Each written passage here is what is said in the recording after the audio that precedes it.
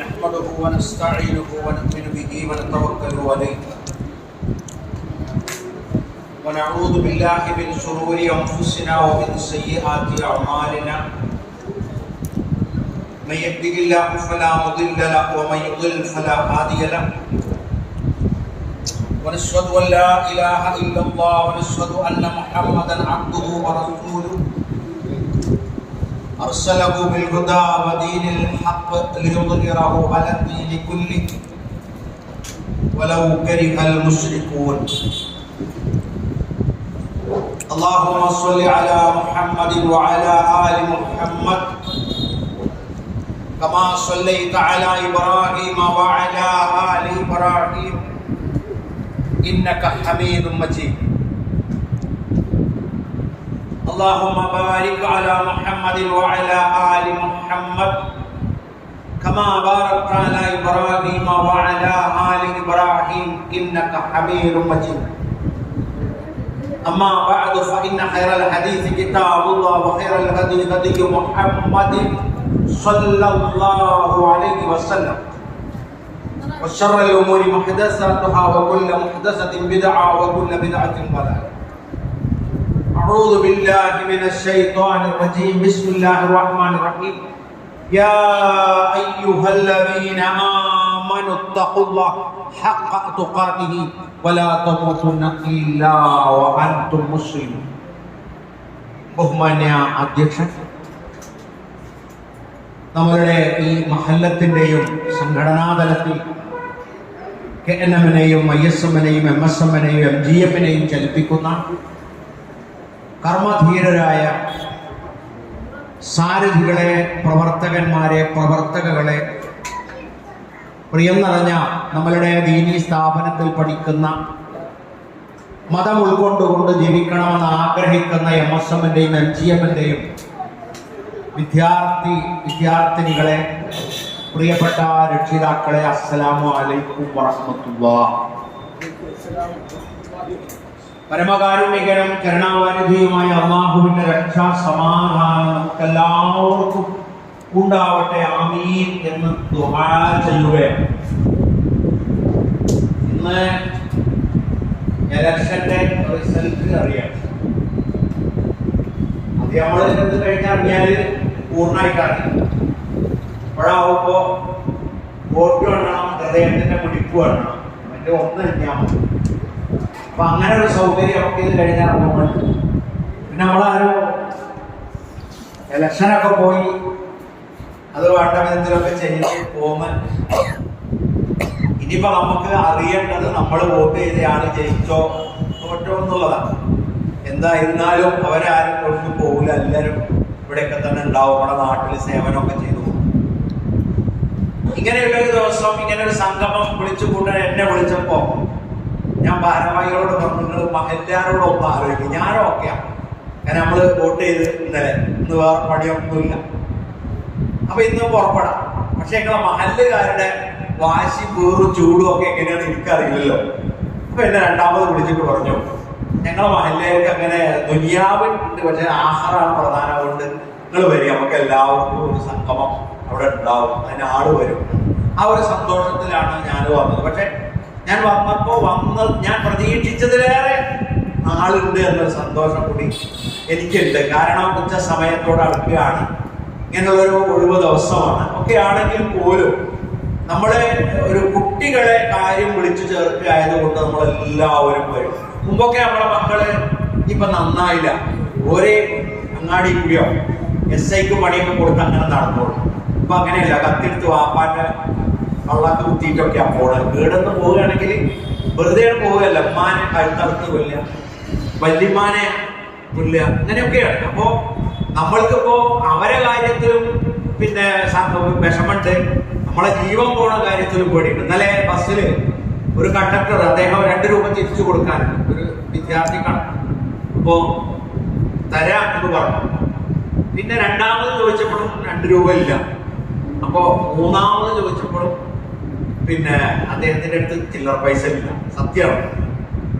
ഉടനെ ആ കുട്ടി ആ കണ്ടക്ടറോട്, മറ്റോന്റെ മോനെ എന്നെ ആ കുത്തി മാറ്റുന്ന, അതോടുകൂടി കണ്ടക്ടർ വേഗം തന്ന പൈസ മുഴുവനാണ് കൊടുത്തിട്ടുള്ളത്.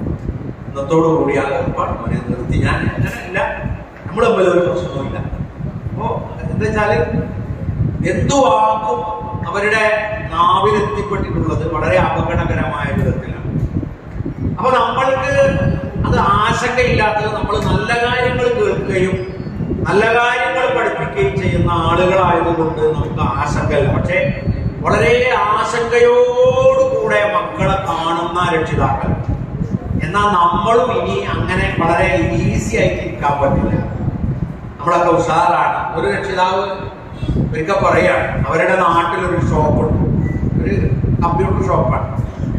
അവിടെ ഉണ്ട് രാവിലെ എക്സസൈസ് വന്നിട്ട്, എക്സസൈസ് വന്ന് ഈ റൂമിന്റെ ചാവി ആരെടുത്താ ഉണ്ടാവുക എന്നൊക്കെ അന്വേഷിച്ച് അതൊക്കെ കണ്ടെത്തുന്ന പറഞ്ഞാലും ഒക്കെ നല്ല ദീനുള്ള വീട്ടിലെ മക്കളാണ്, ഒക്കെ നല്ല നല്ല ആൾക്കാർ. നിങ്ങൾ എന്തിനാ വെറുതെ ഞങ്ങളെ ഒക്കെ ചീത്തപ്പേരുണ്ടാക്കാനാണോ ഞങ്ങളെ പട്ടണത്തിൽ നിന്നൊക്കെ പറഞ്ഞപ്പോ എക്സസൈസുകാരൻ പറഞ്ഞു അതൊക്കെ നമുക്ക് തെളിയിക്കാൻ കുറച്ച് കഴിയണ്ടേ എന്ന് പറഞ്ഞ് 3 കോടികളാണ് അവിടുന്ന് കണ്ടത്. അതിലെ ഒരു വലിയ ഉന്നത വിദ്യാഭ്യാസമുള്ള ഒരു ചെറുപ്പക്കാരനെ അവിടെ നിന്ന് അവര് അറസ്റ്റ് ചെയ്ത് കൊണ്ടുപോകും. അപ്പൊ നമ്മളുടെ വീട്ടിലേക്ക് അടക്കം എത്തി എന്നാണ്. ഇനി നമുക്കിത് ചെയ്യാനുള്ളത് ഒറ്റ മാർഗ്ഗമുള്ളൂ. അത് ആശക്കുള്ള പണിയൊന്നുമല്ല. നമ്മളെ അള്ള ഏൽപ്പിച്ച നമ്മളെ വീട്ടിലേക്ക് അള്ള ഒരു കുട്ടിനെ തന്നു. ആ കുട്ടിനെ നമ്മൾക്ക് തന്നു കഴിഞ്ഞാൽ നമ്മൾക്ക് നേരെ ഒരു 20 വയസ്സായ ഒരു കുട്ടിനെ അല്ല തരുന്നത്. നമുക്ക് ചെറിയ കുട്ടിനെയാണ് എന്ന് പറഞ്ഞാൽ നമ്മൾ എങ്ങനെയാണോ വാർത്തെടുക്കുന്നത് അതുപോലെയാണ് ആ കുട്ടി ആവുക. അപ്പൊ ഞാനൊരു 30 കാര്യം MSM നമ്മളെ ഏൽപ്പിച്ച 30 കാര്യങ്ങള് നമ്മൾ വേഗം ഇങ്ങനെ പറയാം. നമുക്ക് 100 ബാങ്ക് കൊടുത്തു നിസ്കാരത്തിന്റെ സമയം ഇന്നിപ്പോ നമ്മള് കമ്മിറ്റി അംഗങ്ങൾ എന്നെ അറിയിച്ചത് നമ്മൾ ക്ലാസ് കഴിയുന്നതോടുകൂടി ജമാഅത്ത് നിസ്കാരം ഉണ്ടായിരിക്കും. അപ്പൊ ഒരു 10 മിനിറ്റൊക്കെ അങ്ങോട്ട് പോകുള്ളൂ. സാധാരണ ഒരു 12:30 ആണെങ്കിൽ ചിലപ്പോൾ 12:40 ആവും, അത്രേ വരുള്ളൂ. അപ്പൊ ആ ഒരു സമയത്തിനുള്ളിൽ നമ്മൾ ഇരുന്നിട്ട്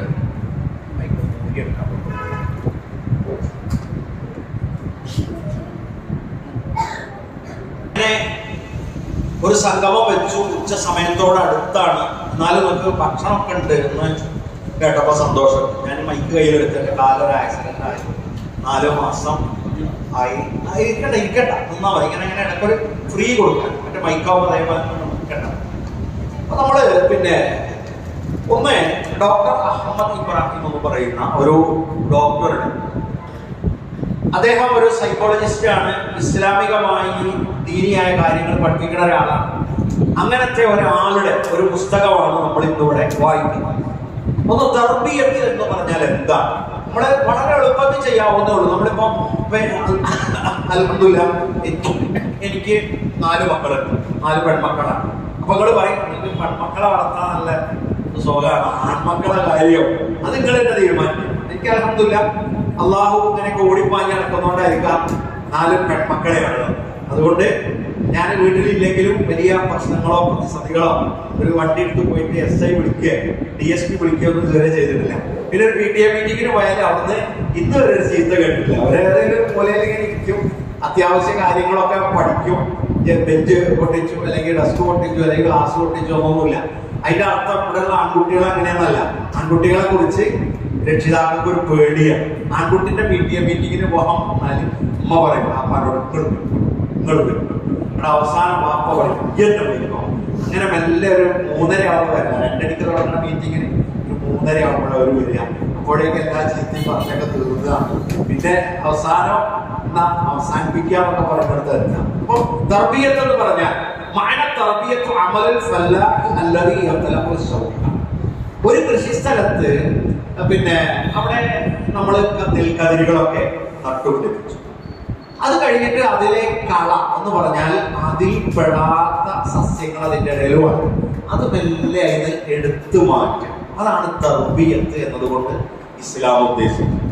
അപ്പൊ നമ്മളുടെ കുട്ടിക്ക് പൊതുവായ ഒരു ദീനി ബോധമുണ്ട്. നമ്മുടെ ഉപ്പ, നമ്മുടെ ഉമ്മ, അവരെയൊക്കെ നമ്മൾ ചെറുപ്പം മുതലേ അവരെ തിരിച്ചറിയും. മാത്രമല്ല നമ്മളിപ്പോ അവരെ ഓർമ്മപ്പെടുത്തുന്നത് ചില വീട്ടിലെ കുട്ടികൾ കാണാം, റബ്ബുൽ ആലമീനായ തമ്പുരാനെ ആ കുട്ടി മദ്രസ പോയിട്ടല്ല, ആ വീട്ടിലെ ഉപ്പ അല്ലെങ്കിൽ വീട്ടിലെ ഉമ്മ റഹ്മാനായ റബ്ബേ, അത് അവരിങ്ങനെ കേട്ട് പഠിച്ചതാണ്. അപ്പൊ കേട്ട് പഠിക്കാനും അവർക്ക് നമ്മൾ പറഞ്ഞു കൊടുക്കുന്ന ഉൾക്കൊള്ളാനുമുള്ള ഒരു കാലം അള്ളാഹു നമുക്ക് നൽകിയിട്ടുണ്ട്. ആ കാലയളവിനുള്ളിൽ അവിടെ നിന്ന് ആ അത്യാവശ്യമുള്ള കാര്യങ്ങൾ അവർക്ക് നിർത്തി അനാവശ്യമായ കാര്യങ്ങളെ പിഴുതെറിയാം, അവിടുന്ന് എടുത്ത് കളയും. അപ്പൊ കുട്ടികളുടെ ഒരു പ്രത്യേകത വെച്ചാൽ നിങ്ങള് മാതാപിതാക്കൾക്ക് ഒരു പിന്തുണ കൊടുക്കണം. ഇന്നൊന്നും പറയണ്ട, ഞാൻ വിചാരിച്ച പോലെ ഞാൻ ജീവിക്കും, ഞാൻ എനിക്ക് തോന്നിയ പോലെ നടക്കും, നിങ്ങളാരാ ചോദിക്കാൻ എന്നൊക്കെ നമ്മൾ രക്ഷിതാക്കളോട് പറയുന്ന മക്കൾ നമ്മൾ അങ്ങനെ പറയാം. ഉപ്പ എന്റെ അടുത്ത് എന്തെങ്കിലും കുഴപ്പമുണ്ടെങ്കിൽ നിങ്ങൾ പറയണം കേട്ടോ, ഉമ്മ എന്റെ അടുത്ത് എന്തെങ്കിലും കുഴപ്പമുണ്ടെങ്കിൽ പറയണം കേട്ടോ, അങ്ങനെ ഉമ്മനോട് പറയും, ഉപ്പനോട് പറയും. അവരല്ലേ നമ്മളുടെ എല്ലാ കാര്യങ്ങളും ഫീസ് അടക്കണോ, നമ്മളെ സ്കൂളിൽ ചേർത്തതും മദ്രസയെ കൊണ്ടുപോയാക്കണോ, നമ്മളെ ബൈക്കുമ്മൽ കയറ്റി കൊണ്ടുപോകണോ ഒക്കെ ആ ഉപ്പയും അതുപോലെ ഭക്ഷണം ഉണ്ടാക്കി തന്ന ഉമ്മയാണ്. അതുകൊണ്ട് രക്ഷിതാക്കളോട് നമുക്കൊരു ബാധ്യതയുണ്ട്. തർബീയത്തിന്റെ സ്ഥാനം എന്ന് പറയുന്നത് ആയത്ത് ഇവിടെ ഓതപ്പെട്ടു. നരകവുമായി ബന്ധപ്പെട്ടതാണ് നമ്മളുടെ മക്കളുടെ പരിപാലനം. നമ്മൾ ഒരുപാട് സൽക്കർമ്മം ചെയ്തിട്ട് സ്വർഗത്തിലേക്ക് പോകാൻ നിൽക്കുമ്പോ നമ്മുടെ മകൻ ഇപ്പോ ഒരു ഉംറ ചെയ്യാൻ വേണ്ടി പോയ ഉംറ ചെയ്തുകൊണ്ടിരിക്കുകയാണ് മകൻ ഒരു മലമുകളിൽ നിന്ന് കൂട്ടുകാരന്റെ വെടിയേറ്റ് മരിക്കണം. മകൻ വെടിയേറ്റ് മരിച്ച സമയത്ത് ഉമ്മാനെ അന്വേഷിച്ചപ്പോ ഉമ്മ ഉംറക്ക് പോയത്. നമ്മുടെ കേരളത്തിൽ ഒരു വെടിയേറ്റിട്ട് മരിക്കുക, ഒരു കൂട്ടുകാരൻ വെടി വെക്കുക, അത് ഒരു കുന്നിന്റെ മുകളിൽ പോയിട്ടൊക്കെ വെക്കുക എന്നൊക്കെ പറഞ്ഞാൽ നമ്മുടെ ജീവിതത്തിന്റെ പശ്ചാത്തലം എത്രത്തോളം വ്യത്യാസമുണ്ട്. ആ ഉമ്മ വളർത്തിണ്ടാക്കിയ മകന്റെ സ്ഥിതിയിൽ ആ ഉമ്മ ആ സമയം ഹറമിൽ. അപ്പൊ ചിന്തിച്ചു നോക്കിക്കളെ, അപ്പൊ വൈരുദ്ധ്യമാകുകയാണ്. അപ്പൊ നമ്മള് കൂടെ കൂട്ടിപ്പിടിക്കാൻ നമ്മളുടെ ഈ ദുനിയാവിന്റെ ആ ഒരു സൗകര്യം നമുക്ക് ആഹാരം നേടിയെടുക്കാനാണ്. മക്കളും ഒന്ന് മനസ്സിലാക്കും. നമ്മളിങ്ങനെ വളർന്നു വലുതായി കുറെ കളിച്ച് കുറെ പഠിച്ച് കുറെ ഭക്ഷണമൊക്കെ കഴിച്ച് നടന്ന് പിന്നെ നമ്മൾ എങ്ങോട്ടാ പോണെന്ന് വെച്ചാൽ നമ്മളെ എല്ലാ വീടുകളും സൗകര്യങ്ങളും ഒക്കെ ഉണ്ടെങ്കിലും നമ്മൾ ആ കാട്ടിലേക്കാണ് പോണത്. ഏതാണ് കാട്? നമ്മൾ അവസാനം പോണ കാട് ഏതാ? കട്ടില് പോണ കാട് പള്ളിപ്പറമ്പ് അല്ലേ, മദ്രസ്ഥാൻ. അതെന്തിനാ അവിടെ കൊണ്ടുപോയി ആക്കണേ? നമ്മൾ ഏതെങ്കിലും വല്ല ബുർജ് ഖലീഫിന്റെ മുകളിലൊക്കെ കൊണ്ടുപോയി വെച്ചൂടെ? നമ്മള് എന്താ അവിടെ മണ്ണിൽ നിന്ന് തുടങ്ങിയതാണ്, മണ്ണിലേക്ക് അടങ്ങാണ്. ഇനി അവിടെ നിന്ന് രണ്ടാമതൊരു പുനർജന്മം ഉണ്ടായിട്ടാണ് എല്ലാരും മണ്ണൊക്കെ ഉണ്ടാക്കണത്. ചിലര് കത്തിക്കും, കത്തിച്ചിട്ടും കരിച്ചിട്ടും അതും പൊടിയായിട്ട് പിന്നെയും മണ്ണിലോ അല്ലെങ്കിൽ പുഴയിലോ ഒക്കെയാണ്. അപ്പൊ നമ്മള് ഒരിക്കലും അവസാനിക്കണില്ല, നമ്മള് വീണ്ടും വീണ്ടും തുടരുകയാണ്. അപ്പൊ ആ തുടർച്ചയിൽ നമുക്ക് ഈ സൗകര്യങ്ങളും ഈ സുഖങ്ങളും ഒക്കെ കിട്ടണമെങ്കിൽ നമ്മൾ മാതാപിതാക്കൾ പറഞ്ഞത് അനുസരിച്ച് നമ്മൾ എന്ത് ചെയ്യണം? ജീവിക്കണം. ഒരു ചെറുപ്പക്കാരൻ അവന്റെ 25,000 രൂപ ബൈക്കിന് ഫൈന്. അപ്പൊ ബൈക്കിന് ഫൈനാണ് നൽകിയ ആ സമയത്ത് പിക്ചറും. അപ്പൊ MVD അവരോട് ചോദിച്ചു, മോനെ എന്റെ വണ്ടിക്ക് ഫൈൻ ഈ വണ്ടി ഞാൻ വണ്ടി കൊടുക്കില്ല. അപ്പോ പിക്ചർ കാണിച്ചെടുത്തപ്പോ അതെന്റെ വണ്ടിയല്ല. അപ്പൊ നമ്പർ പ്ലേറ്റ് ചെയ്തൊക്കെയാണ് ഇങ്ങനെ പൊത്തിപ്പിടിച്ചിട്ടാണ് അവര് 3 നാളെ യാത്ര പോയത്. 25,000 രൂപയുടെ ഫൈൻ. അപ്പോഴും പറഞ്ഞ അവൻ അത് അല്ല. അപ്പൊ MVD എന്ത് ചെയ്തു? മുന്നിലുള്ള ക്യാമറയിൽ നിന്നുള്ള കാണിച്ചെടുത്തപ്പോ വണ്ടിന്റെ നമ്പർ കൃത്യമാണ്. ഇത് 3 നിങ്ങളല്ലേ? അതാണ്. അപ്പോ ആ 25 അവൻ ഒറ്റ നിമിഷം കൊണ്ട് സമ്മതിക്കുകയാണ്. നാളെ നമ്മൾ പരലോകത്ത് ചെല്ലുമ്പോ നമ്മൾ ചെയ്ത എല്ലാ പ്രവർത്തനങ്ങളുടെയും CCTV റബ്ബ് കാണിച്ചു. ഇത് നീ ചെയ്തതല്ലേ, നീ അല്ലേ ഇത് ചെയ്തത്. അപ്പൊ നമ്മൾ എന്ത് ചെയ്യേണ്ടി വരും? അവിടുന്ന് സമ്മതിക്കേണ്ടി വരും. അപ്പൊ സമ്മതിച്ചാൽ നമുക്ക് എന്താ കിട്ടുക? നമുക്ക് ശിക്ഷ കിട്ടും. സമ്മതിച്ചു എന്ന് കരുതിയിട്ട് അവിടെ നമുക്ക് ശിക്ഷ ഒഴിവാവില്ല. അള്ളാഹിനോട് നമ്മൾ ഇവിടുന്ന് പൊറുക്കലിനെ തേടിക്കണമെങ്കിൽ ഒഴിവാകും, അല്ലെങ്കിൽ നമ്മൾ അതിൽ തന്നെ പെടും. അപ്പൊ അതിനുള്ള ഒരു കൃഷിയിടമായിട്ടാണ് നമ്മൾ ഈ ദുനിയാവിനെ കാണുന്നത്. അതുകൊണ്ട് നമ്മളൊക്കെ പഠിക്കുന്ന സ്കൂളിലോ കോളേജിലൊക്കെ ചിലപ്പോ ഇതൊന്നും പാലിക്കാതെ തോന്നിയതുപോലെ ജീവിച്ച്, തോന്നിയതുപോലെ തിന്ന്, തോന്നിയത് കുടിച്ചൊക്കെ ജീവിക്കുന്ന ആൾക്കാരുണ്ടാവും. പക്ഷെ അവരൊന്നും ഈ മരണവും മരണാനന്തരവും ഒന്നും അവർക്ക് ഓർമ്മ ഉണ്ടാവില്ല. ഇനി ഓർമ്മയില്ലാത്ത ഒരാളാണെന്ന് വിചാരിച്ചിട്ട് അത് സംഭവിക്കാതിരിക്കോ? ഇല്ല. ഇപ്പൊ നമുക്ക് ക്യാൻസർ ബാധിക്കുമെന്ന് എനിക്ക് ഓർമ്മയില്ല എന്ന് കരുതി എനിക്ക് ബാധിക്കാതിരിക്കോ? എനിക്ക് ഹാർട്ട് അറ്റാക്ക് ഉണ്ടാവില്ല എന്ന് ഞാൻ വിചാരിക്കുകയാണ്. ഞാൻ വിചാരിക്കണം ഒരിക്കലും ഹാർട്ട് അറ്റാക്ക് ഉണ്ടാവില്ല. എനിക്ക് ഉണ്ടാകാതിരിക്കോ? ഒരിക്കലും ഞാൻ മരിക്കൂല. ഞാൻ മരിക്കൂലേ? ഒരിക്കലും എനിക്ക് പരലോകത്ത് ശിക്ഷ ഉണ്ടാവില്ല. എനിക്ക് ശിക്ഷ ഉണ്ടാവൂലേ? അപ്പൊ നമ്മള് യാഥാർത്ഥ്യം എന്ത് ചെയ്യണം? അത് ഉൾക്കൊള്ളണം. അപ്പൊ അതിലേക്ക് നമ്മുടെ ഉപ്പയും ഉമ്മയും നമ്മുടെ സഹോദരന്മാരും സഹോദരിയും എല്ലാവരും ഒത്തുചേർന്നാണ് ഇപ്പൊ ഒരു വീട്. ഈ വീട് ഒന്നിച്ച് നമുക്ക് സ്വർഗത്തിലെത്താം. വീട്ടിലുള്ളവരൊക്കെ നമ്മളൊരു കല്യാണത്തിന് പോയി കഴിഞ്ഞാൽ വീട്ടുകാരൻ ചോദിക്കും, മോൻ വന്നില്ലേ? ഇല്ല, മോന് വരാൻ കഴിയില്ല, ഭാര്യ നമുക്ക് പനിയാണ്. പിന്നെ നമ്മൾ മാത്രം ചെല്ലുമ്പോ ആ വീട്ടുകാരൻ പറയും ഒരു സന്തോഷമായില്ല. എല്ലാവരും ചെല്ലും. സ്വർഗത്തിലേക്ക് ചെല്ലുമ്പോ അള്ളാഹുവിന്റെ റസൂലൊക്കെ ഉണ്ടാവും. നമ്മളെയൊക്കെ അന്വേഷിക്കും, ചോദിക്കും ആരാണ് നിങ്ങള്. അപ്പൊ നമ്മുടെ പേര് പറയണം, വാപ്പാന്റെ പേര് കൂട്ടി നമുക്ക് പറഞ്ഞു കൊടുക്കാം. അപ്പൊ എല്ലാവരും നമ്മളവിടെ പരിചയപ്പെടുത്തി കൊടുക്കണമൊക്കെ വേണം. അപ്പൊ നമ്മള് എല്ലാവരും വരുന്നുണ്ട്. ഇനിയിപ്പോ നമുക്ക് കുട്ടികളോട് ചോദിക്കാറുണ്ട്, ഏറ്റവും വെറുപ്പുള്ള ദേശം ഏതാണ്? ഏറ്റവും വെറുപ്പുള്ള ദേശം, ഏറ്റവും വെറുപ്പുള്ള ദേശം ചോദിക്കാറില്ല. ഒരു സ്കൂളിൽ ഇങ്ങനെ പറഞ്ഞ ഏറ്റവും വെറുപ്പുള്ള ദേശം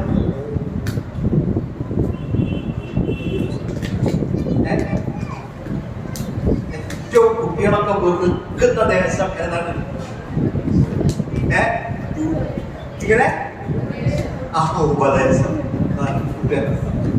സ്കൂളിലൊക്കെ നമ്മൾ പോയിട്ട് ഇങ്ങനെ പറയും, ആരും ഉപദേശിച്ചുകൂടാ. അത് ഇസ്ലാമികമായി തെറ്റാണ്. വേറൊരിടത്ത് പറഞ്ഞോട്ടെ, നമുക്ക് പറയാൻ പാടില്ല, കുട്ടികളോട് പറയാണ്. ഉപദേശിക്കുന്ന അത് രണ്ട് കാലത്ത് പറയുന്നുണ്ട്. വിശ്വാസിക്ക് ഉപകരിക്കുമെന്ന് പറയുന്നുണ്ട്, നീ ഉപദേശിക്കുന്നവനാണെന്ന് പറയുന്നുണ്ട്, ഉപദേശം ഗുണപ്പെടുമെന്ന് പറയുന്നുണ്ട്.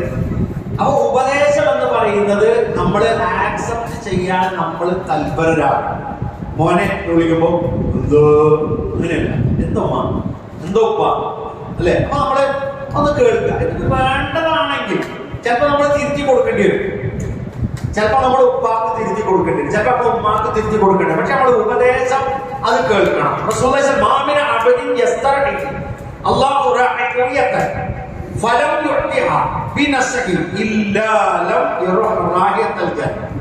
മകനോ മകളോ നിങ്ങൾക്ക് ഉണ്ടായി, ഓല നിങ്ങളും തീരെ ഉപദേശിച്ചതേ ഇല്ല, ഒന്നും പറഞ്ഞു കൊടുത്തില്ല. ഓല മദ്രസക്ക് പറഞ്ഞയച്ചു, സ്കൂൾക്ക് പറഞ്ഞയച്ചു, ഒന്നും ഒരു വേണമെങ്കിൽ നന്നായിക്കോട്ടെ, ഒരു വേണമെങ്കിൽ ഉഷാറായിക്കോട്ടെ, നമ്മക്കിപ്പോ എന്താ, നമ്മളെ കാലം ഏതായാലും അങ്ങനെ ചെയ്താൽ സ്വർഗത്തിന്റെ സുഗന്ധം ഉണ്ടാവില്ല. അപ്പൊ നമ്മൾ നിരന്തരമായി ഉപദേശിക്കണം. അപ്പൊ തിരുവനന്തപുരത്തേക്ക് ഞങ്ങളുടെ മലപ്പുറത്തുനിന്ന് ഒരു ഉപ്പ മകന് കൗൺസിലിംഗ് കൊടുക്കാൻ വേണ്ടി കൊടുത്തു. മകനെ വയലന്റ് ആവുകയാണെന്നൊക്കെ പറഞ്ഞ് ഉപദേശിക്കാൻ. അപ്പൊ അദ്ദേഹത്തിന് ആരോ നമ്പർ കൊടുത്തു, തിരുവനന്തപുരത്തുള്ള ഒരു കൗൺസിലർ നമ്പറാ കൊടുത്തു, കൗൺസിലർ. അപ്പൊ അവിടെ എത്തിയിട്ട് ഡോക്ടർ ഒരു ദിവസം 4 ആളെ എടുക്കുള്ളൂ. അപ്പൊ 4 ആൾ എടുക്കുന്നതിന് ഒരു മണിക്കൂറോടെ ഏകദേശം എടുക്കും. അപ്പൊ ഇദ്ദേഹം അവിടെ എത്തി ഇരുന്ന് കുട്ടിയെ ഇവിടെ ഇരുത്തും, പാപ്പനെ അവിടെ ഇരുത്തും. അങ്ങനെയാണ് അവിടുത്തെ കൗൺസിലിംഗ്.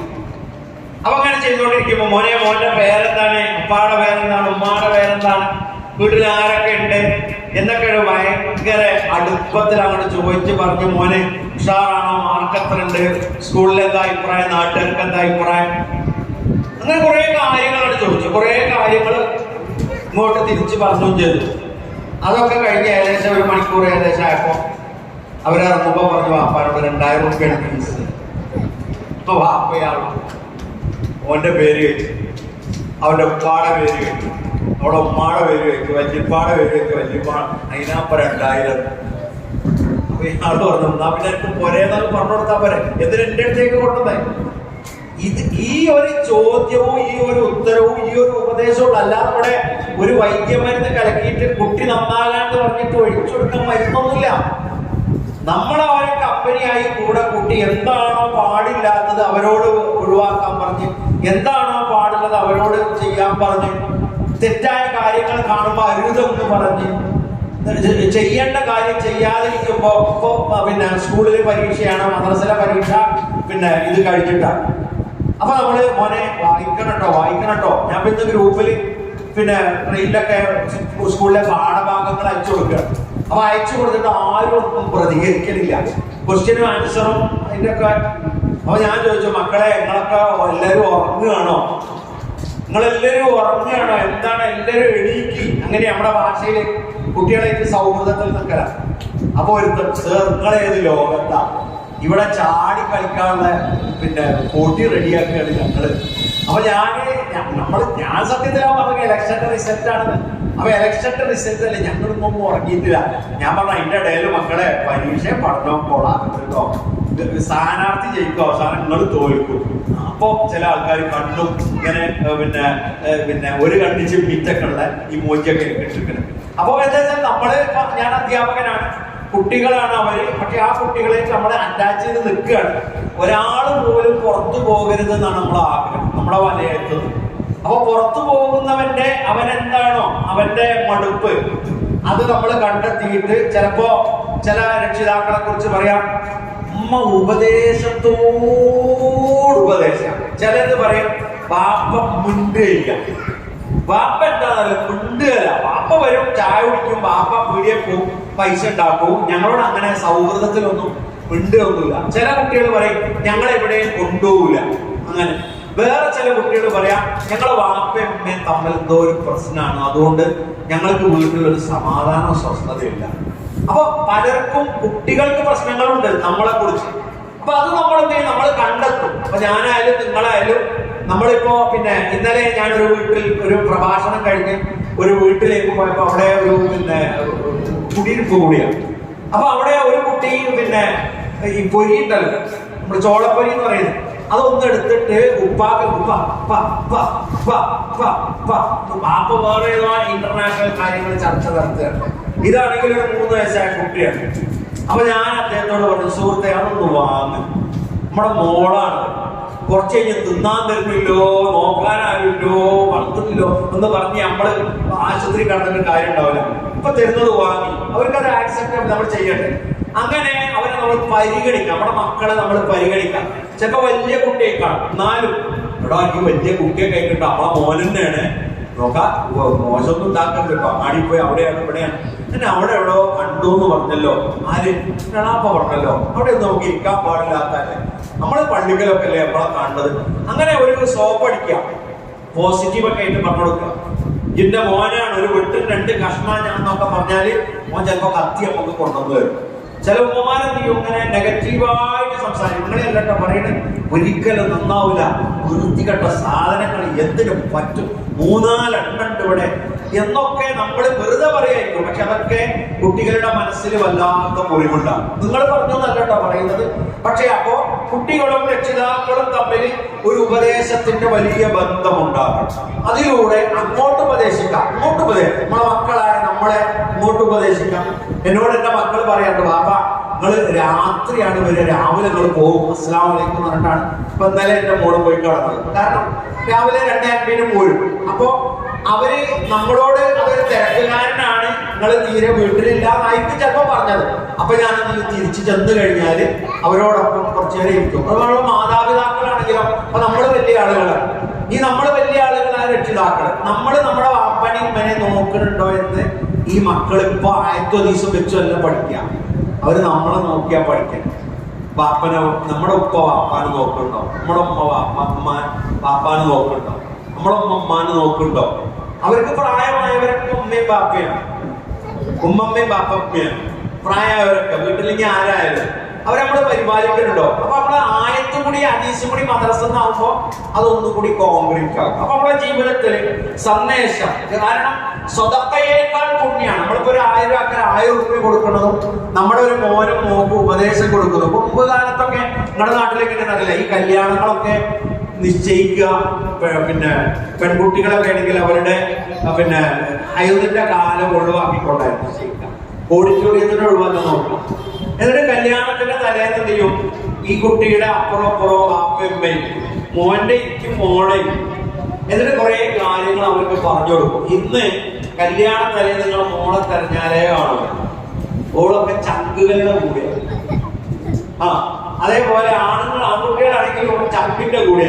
പിന്നെ ചങ്കാണ് എല്ലാം തീരുമാനം. നിശ്ചയിക്കാൻ നമ്മളാണ്, നിശ്ചയിക്കാനും ഉറപ്പിക്കാനും പിന്നെ ഹാദിയാരെ ഏൽപ്പിക്കാനും ഒക്കെ നമ്മളാണ്. ബാക്കിയുള്ളതൊക്കെ ചങ്കുകളായിരിക്കും. പക്ഷെ അങ്ങനെയല്ല വേണം. ഞാൻ ചില നിക്കാഹിന് പോകുമ്പോ ഞാൻ അഭിമാനത്തോടു കൂടി ഈ ഖുതുബ പിന്നെ സമയത്ത് പറയും, ഉപ്പുണ്ടോ എന്ന് പുതിയാപ്പിളാരോട് ചോദിക്കും. അപ്പൊ ചിലരോട് നിക്കാഹിന് എന്തിനാണ് വാപ്പനെ കൊണ്ടുവന്ന്, എടാ എന്നെ വളർത്തിണ്ടാക്കിയ വാപ്പ നിക്കാഹ് കാണണ്ട, അപ്പോഴല്ലേ അപ്പൊക്കൊരു സന്തോഷമാവുള്ളൂ. അങ്ങനെ കൊണ്ടുവരും. അപ്പൊ ഞാൻ പറഞ്ഞിട്ടാണ് അവൻ കൊണ്ടുവരുന്നത്. ഞാനും അറിയില്ല, അവനും അറിയില്ല, ഉപ്പയും അറിയില്ല. ഉപ്പാനോട് ചോദിക്കും, നിങ്ങളാണോ ഉപ്പ, നിങ്ങൾ എന്തേ നിക്കാഹിന് പോകുന്നത്? അത് മകൻ വല്ലാണ്ട് നിർബന്ധിച്ചു, ഉപ്പ കാണണം. ഞാൻ ചോദിച്ചു, നിങ്ങൾക്ക് എന്ത് തോന്നുന്നു? വല്ലാത്ത സന്തോഷം എന്ന് ചിലരൊക്കെ കണ്ടു കൊണ്ടുവന്നു. കാരണം അങ്ങനെ ആരും ചോദിക്കലില്ല. അപ്പോ നമ്മളുടെ സന്തോഷകരമായ ഏത് നിമിഷത്തിലും നമ്മുടെ മാതാപിതാക്കൾ വേണം. ചില കുട്ടികൾ പറയും, ഉമ്മ ഞാൻ അവാർഡ് വാങ്ങിയിട്ടുണ്ട് സ്കൂളിൽ മദ്രസ, നിങ്ങൾ കാണാൻ വരണം. ഇപ്പൊ നമ്മൾ എനിക്കായിരുന്നു ഒഴിവില്ല, അല്ല നമ്മളൊന്ന് കാണണം. അപ്പൊ ചിലപ്പോ ഗ്രൂപ്പിലിട്ട് അതിന്റെ താഴെ എന്തെങ്കിലും ഒരു സന്തോഷത്തിന്റെ പൂവൊക്കെ നമ്മളൊക്കെ ഒന്ന് ഞെക്കി കൊടുക്കുക. അപ്പൊ കുട്ടിക്ക് എന്തായി? അഭിനന്ദനങ്ങളായി, സന്തോഷങ്ങളായി. ഇതൊക്കെ എന്തൊക്കെ നമ്മൾ പഠിപ്പിച്ചു കൊടുക്കണം നമ്മുടെ മക്കൾക്ക്. ഇപ്പൊ മദ്രസ ഉണ്ട്, മദ്രസ ചിലപ്പോ ശനി ഞായറായിരിക്കും, അല്ലെങ്കിൽ എല്ലാ ദിവസവും ഉണ്ടാവും. ഇനി എന്ത് തന്നെയായിരുന്നാലും മതപഠനം മുഴുവനായി നടത്താൻ മദ്രസ സമയം പ്രായോഗികമല്ല. കാരണം നേരത്തെ ഇവിടെ പറഞ്ഞതുപോലെ മതപഠനത്തിന് പ്രാധാന്യം കൊടുക്കുന്നുവെങ്കിലും ഭൗതികതയുടെ ബസ്സുകളൊക്കെ നേരത്തെ വരുന്നതുകൊണ്ട് മതപഠനത്തിന് ചിലപ്പോൾ താല്പര്യം കുറഞ്ഞു പോകുന്നുണ്ട്. പക്ഷേ ഒന്ന് ഇൽമ് എന്ന് പറയുന്നത് ഒരു പ്രത്യേകം ഒരു വലിയ ഇബാദത്താണ് നമ്മൾ മനസ്സിലാക്കുന്നത്.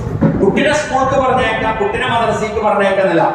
അറിവ് നേടുന്നത് ഒരു ഇബാദത്താണ്. അപ്പൊ നമ്മളുടെ കുട്ടി പഠിച്ചിരിക്കണം.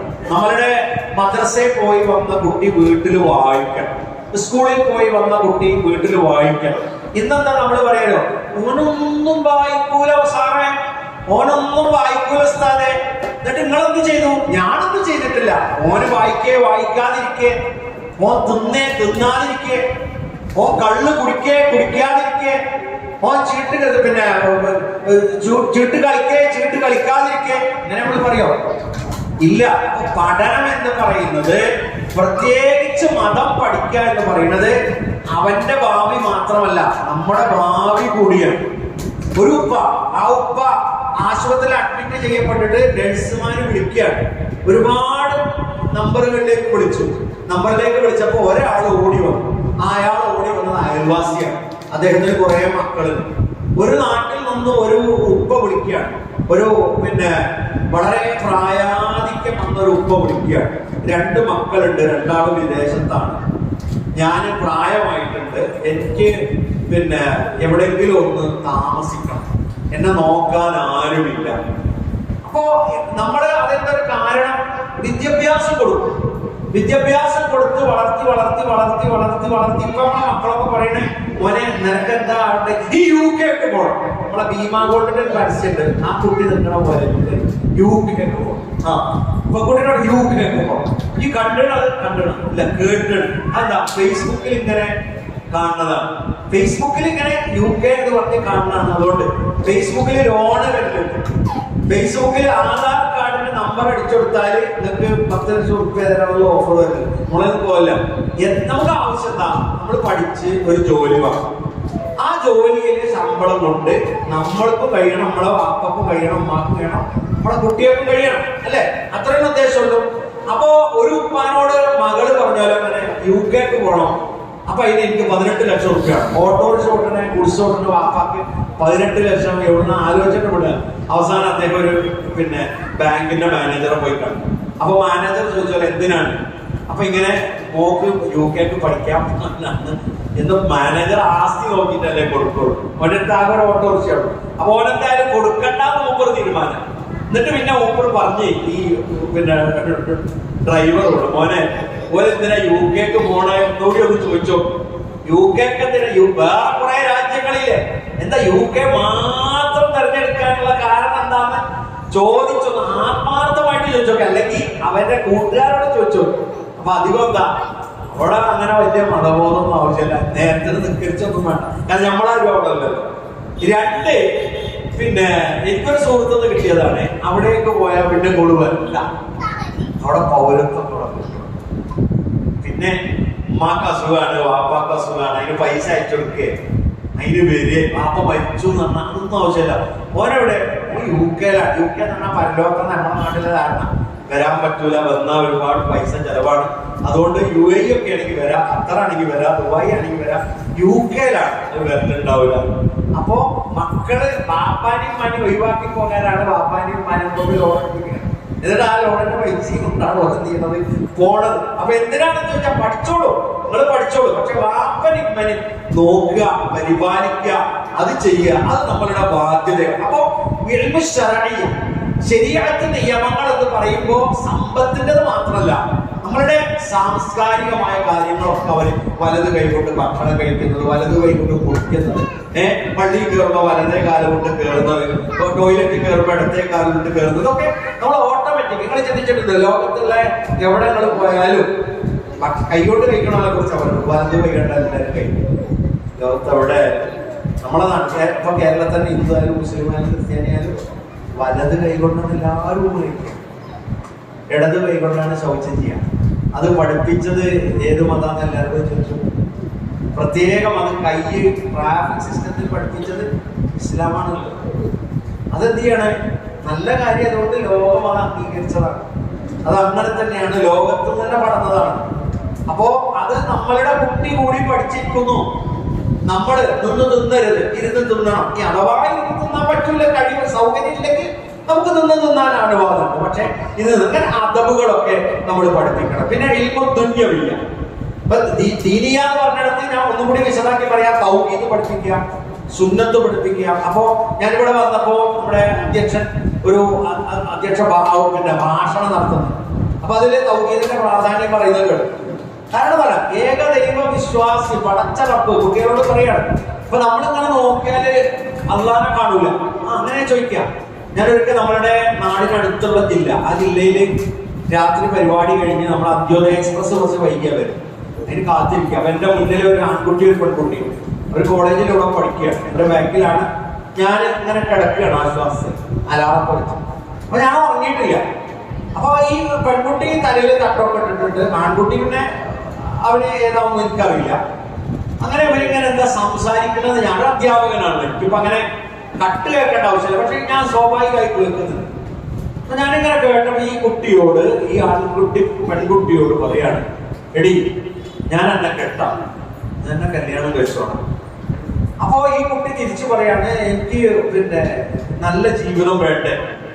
അപ്പൊ ഞാൻ ചോദിക്കുന്നു, നല്ല ജീവിതം എന്താ ഞാൻ തരൂലേ?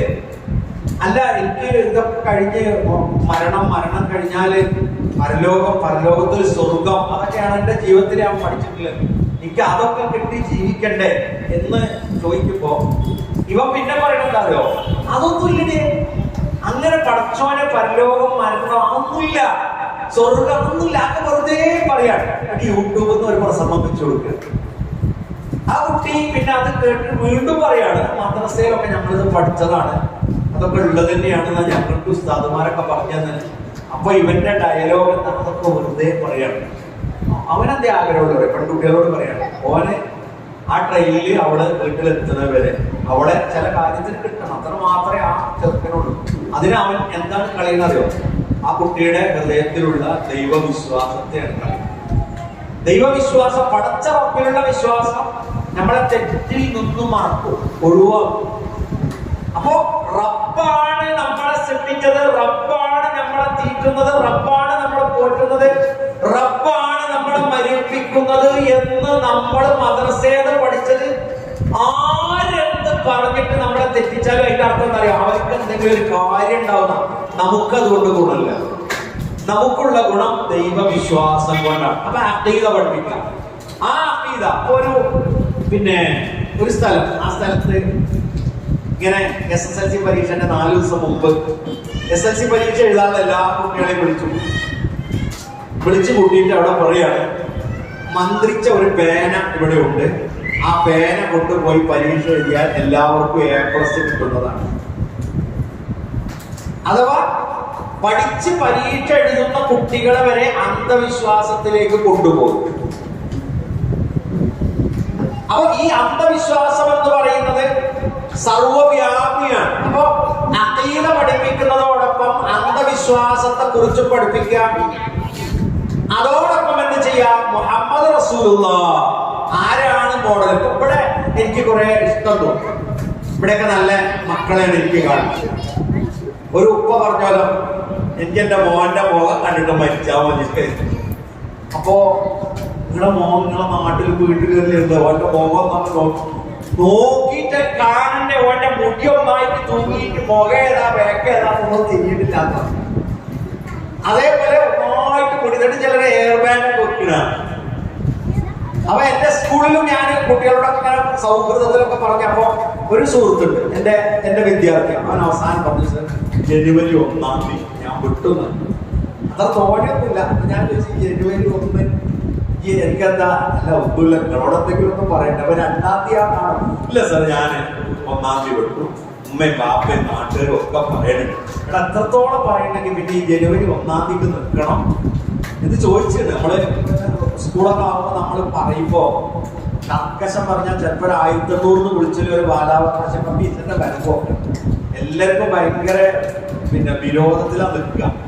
അപ്പൊ അതുകൊണ്ട് നമ്മളൊക്കെ വളരെ ശ്രദ്ധിച്ചാൽ കൈകാര്യം ചെയ്യും. അപ്പോ ഞാൻ പറയുന്നത് സംസ്കാരം അവർക്ക് പഠിപ്പിച്ചു കൊടുക്കണം. ഇപ്പൊ പെൺകുട്ടികൾ ചില നിങ്ങളുടെ നാട്ടിലല്ല കേട്ടോ, ചില നാട്ടിലൊക്കെ കല്യാണത്തിന് മുമ്പ് ഉമ്മ പർദ്ദയൊക്കെ ധരിച്ച് മക്കനെ കെട്ട് ഇങ്ങനെ പോണാണ്. ഉമ്മാന്റെ ബാക്കിൽ ഉണ്ടാവും കുട്ടികൾ ജീൻസിന്റെ പാൻറ്റൊക്കെ ഇട്ട പെൺകുട്ടികൾ ഇത്തരത്തിലുള്ള കുപ്പായോട്ട് മൊബൈലിൽ കൂട്ടി അങ്ങനെ പോണാണ്. അപ്പൊ ആൾക്കാർ നോക്കും, പഠിച്ചോടെ ആ ഉമ്മാന്റെ തത്വത്തെ ഈ കുട്ടിയൊക്കെ ഇല്ലാത്തത്. ആ ഉമ്മാന്റെ തത്വം എന്തുകൊണ്ടാണ് ഈ കുട്ടിയൊക്കെ ഇല്ലാത്തതെന്ന് വെച്ചാൽ ആ ഉമ്മാന്റെ മുഖം ഈ കുട്ടിയൊക്കെ ഉണ്ട്, ആ ഉമ്മാന്റെ കണ്ണ് ഈ കുട്ടിയൊക്കെ ഉണ്ട്, ആ ഉമ്മാന്റെ നടത്തം ഈ കുട്ടിയൊക്കെ ഉണ്ട്. പഠിച്ചോ കൊടുക്കാനുള്ളതൊക്കെ ഈ കുട്ടിയൊക്കെ പഠിച്ചോ കൊടുത്തിട്ടുണ്ട്. ഇനി ആ കുട്ടിക്ക് കൊടുക്കേണ്ട എന്തായാലും ദീനാണ്. അത് നമ്മളാണ് പകർന്നു കൊടുക്കേണ്ടത്. അന്നാലും തൗഫീഖ് ഉണ്ടാവും. അപ്പൊ നമ്മളെന്ത് ചെയ്യും, നമ്മള് അത് ഇങ്ങനെ പറഞ്ഞു കൊടുക്കും. നമ്മളെ ഇങ്ങനെ നമുക്ക് പറ്റൂല, നമ്മൾ ഇങ്ങനെയല്ല നടക്കേണ്ടത്, നമുക്ക് ഇങ്ങനെ. അപ്പൊ എന്താ ഇന്റെ സ്കൂളിലൊക്കെ അങ്ങനെ സ്കൂളിൽ നോക്കാൻ പറ്റില്ല, നമുക്ക് ഇസ്ലാമിന്റെ സംസ്കാരമാണ്. അതുകൊണ്ട് ഇങ്ങനെ ഇറുകി തടിച്ച പാൻറ് ഇട്ടാണ്ട് നമുക്ക് നടക്കാൻ പാടില്ല എന്നൊക്കെ നമുക്ക് പിന്നെ എന്താ പറഞ്ഞു കൊടുക്കണം. അപ്പൊ നിങ്ങളത് ഉപദേശിക്കുന്നുണ്ട്. അതുകൊണ്ടാണ് നിങ്ങളുടെ മക്കള് മുഖമക്കളെ ധരിച്ച് മാരുടെ മറച്ച് വസ്ത്രമൊക്കെ ധരിച്ചുകൊണ്ട് വരുന്നത്. അത് നിങ്ങൾ ആൺകുട്ടികളെയും നിങ്ങൾ ഉപദേശിക്കുന്നുണ്ട്. അതുകൊണ്ടാണ് മാനോ മര്യാദയുള്ള വസ്ത്രം ധരിച്ച് നിങ്ങൾക്ക് നിങ്ങളുടെ കുട്ടികളെ മറ്റുള്ളവരുടെ മുമ്പിൽ കാണുമ്പോൾ വഷളത്തരമില്ലാത്ത രൂപത്തിൽ അവർ നടക്കുന്നത്. അപ്പൊ ഇൽമു ശർഇയ്യ അതോടൊപ്പം തന്നെ ഇൽമു ദുനിയവിയ്യ, കുട്ടികൾക്ക് വിദ്യാഭ്യാസം കൊടുക്കണം. വിദ്യാഭ്യാസം കൊടുക്കുമ്പോ നല്ല നല്ല ഇപ്പോ കഴിഞ്ഞ ദിവസം ഒരു രക്ഷിതാവിനെ കണ്ടു. അപ്പൊ രക്ഷിതാവ് കുട്ടിയെ ഇന്റർനാഷണൽ എക്സാം ഒക്കെ എഴുതിച്ചിരുന്നു. നാഷണൽ എക്സാം എഴുതിയിട്ടുണ്ട്, ഇന്റർനാഷണൽ എക്സാം ഒക്കെ എഴുതിയിട്ടുണ്ട്. അവസാനം ആ കുട്ടി ജോയിൻ ചെയ്തത് കൊച്ചിയിലെ ഒരു യൂണിവേഴ്സിറ്റിയിലാണ്. അപ്പൊ കൂടെയുള്ള ആളുകൾ ചോദിക്കുക, എന്താ മോനെ എനിക്ക്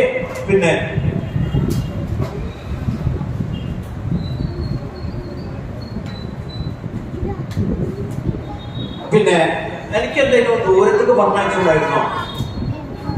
അപ്പോ ആ ഉപ്പ പറയണേ, ഞാൻ എൻ്റെ മകളെ ഇന്റർനാഷണൽ എക്സാം എഴുതാൻ ഒരു ഇന്റർനാഷണൽ ക്യാമ്പസിൽ എത്തിച്ചു. അവള് ആ എക്സാം വളരെ ഭംഗിയായി എഴുതി. അവൾക്ക് അങ്ങോട്ട് പോകാൻ സെലക്ഷൻ കിട്ടിയെന്ന് ഓൺലൈനിലൂടെ ഇമെയിലൂടെ അറിഞ്ഞപ്പോ ഇദ്ദേഹം പത്രദ്വാര അറിഞ്ഞതാണ്. അതിന്റെ റിസൾട്ട് വന്നു കാണുമല്ലോ. അവളോട് ചോദിച്ചു, വാപ്പേ അത് വേണ്ട, ഈ ആ സ്കേർട്ട് ഇട്ട് നടക്കുന്ന ഒരു ക്യാമ്പസിൽ കൂടി നമ്മൾ പോയിട്ട് അഥവാ നല്ല വിമാനാപകടത്തിലൊക്കെ മരിച്ചാൽ എനിക്ക് ദീനും ഉണ്ടാവില്ല ദുനിയാവും രണ്ടും പോകും. അതുകൊണ്ട് ഇപ്പൊ ദീനുള്ള ഉൾക്കൊള്ളാൻ പറ്റുന്ന നമ്മുടെ നാട്ടിലെ ക്യാമ്പസ് മതി. ഇത് കുട്ടി പറഞ്ഞതാണ്. ആ കുട്ടിയുടെ വയസ്സ് എനിക്ക് തോന്നുക ഒരു 18 വയസ്സ് ഉണ്ടാവില്ല, 17.5 വയസ്സുണ്ട്, +2 കഴിഞ്ഞു. അപ്പൊ ആ ഉത്തരവാദിത്തങ്ങൾ നിങ്ങൾ എന്ത് ചെയ്യണം? അത് കുട്ടികൾക്ക് കൊടുക്കേണ്ടുന്ന ആ നീതിയും ന്യായവും നിങ്ങൾ കൊടുക്കുമ്പോൾ വിദ്യാഭ്യാസം കൊടുക്കും. പിന്നെ അതിലെന്ന് പറഞ്ഞാൽ നീതിയാണ്. ഇപ്പോ ഞാൻ രക്ഷിതാക്കൾ കൂടി കുറച്ച് കൂടുതൽ ഉണ്ടായതുകൊണ്ടാണ് ഇത് കൊടുക്കുന്നത്. MSMന്റെ കുട്ടികൾക്കുള്ള നിർദ്ദേശങ്ങൾ ഇനി MSMന്റെ കുട്ടികൾ അവിടെ വരുമ്പോൾ കൊടുക്കും എന്നാണ് സംസ്ഥാന സമിതി തന്നെ അറിയിച്ചിട്ടുള്ളത്. ഇപ്പൊ ഇത് രക്ഷിതാക്കളെ ഇങ്ങനെ വിളിച്ചു കൂട്ടുന്ന കുടുംബസംഘം വിളിച്ചുകൊണ്ടെച്ചാല് രക്ഷിതാക്കൾ ഈ കുട്ടികളെ അവിടെ എത്തിക്കാനുള്ള എല്ലാ ശ്രമവും നിങ്ങൾ നടത്തണം. ഇനി ചിലപ്പോ ബസ്സിൽ പറഞ്ഞയച്ചാൽ ഛർദിക്കുന്നുള്ളൂ, ട്രെയിനിന് പോന്നാലും മതി, ട്രെയിനൊക്കെ സൗകര്യം. അപ്പോ അങ്ങനെയുള്ള ക്യാമ്പുകളിൽ എത്തിക്കണം എന്നാണ് അതില്.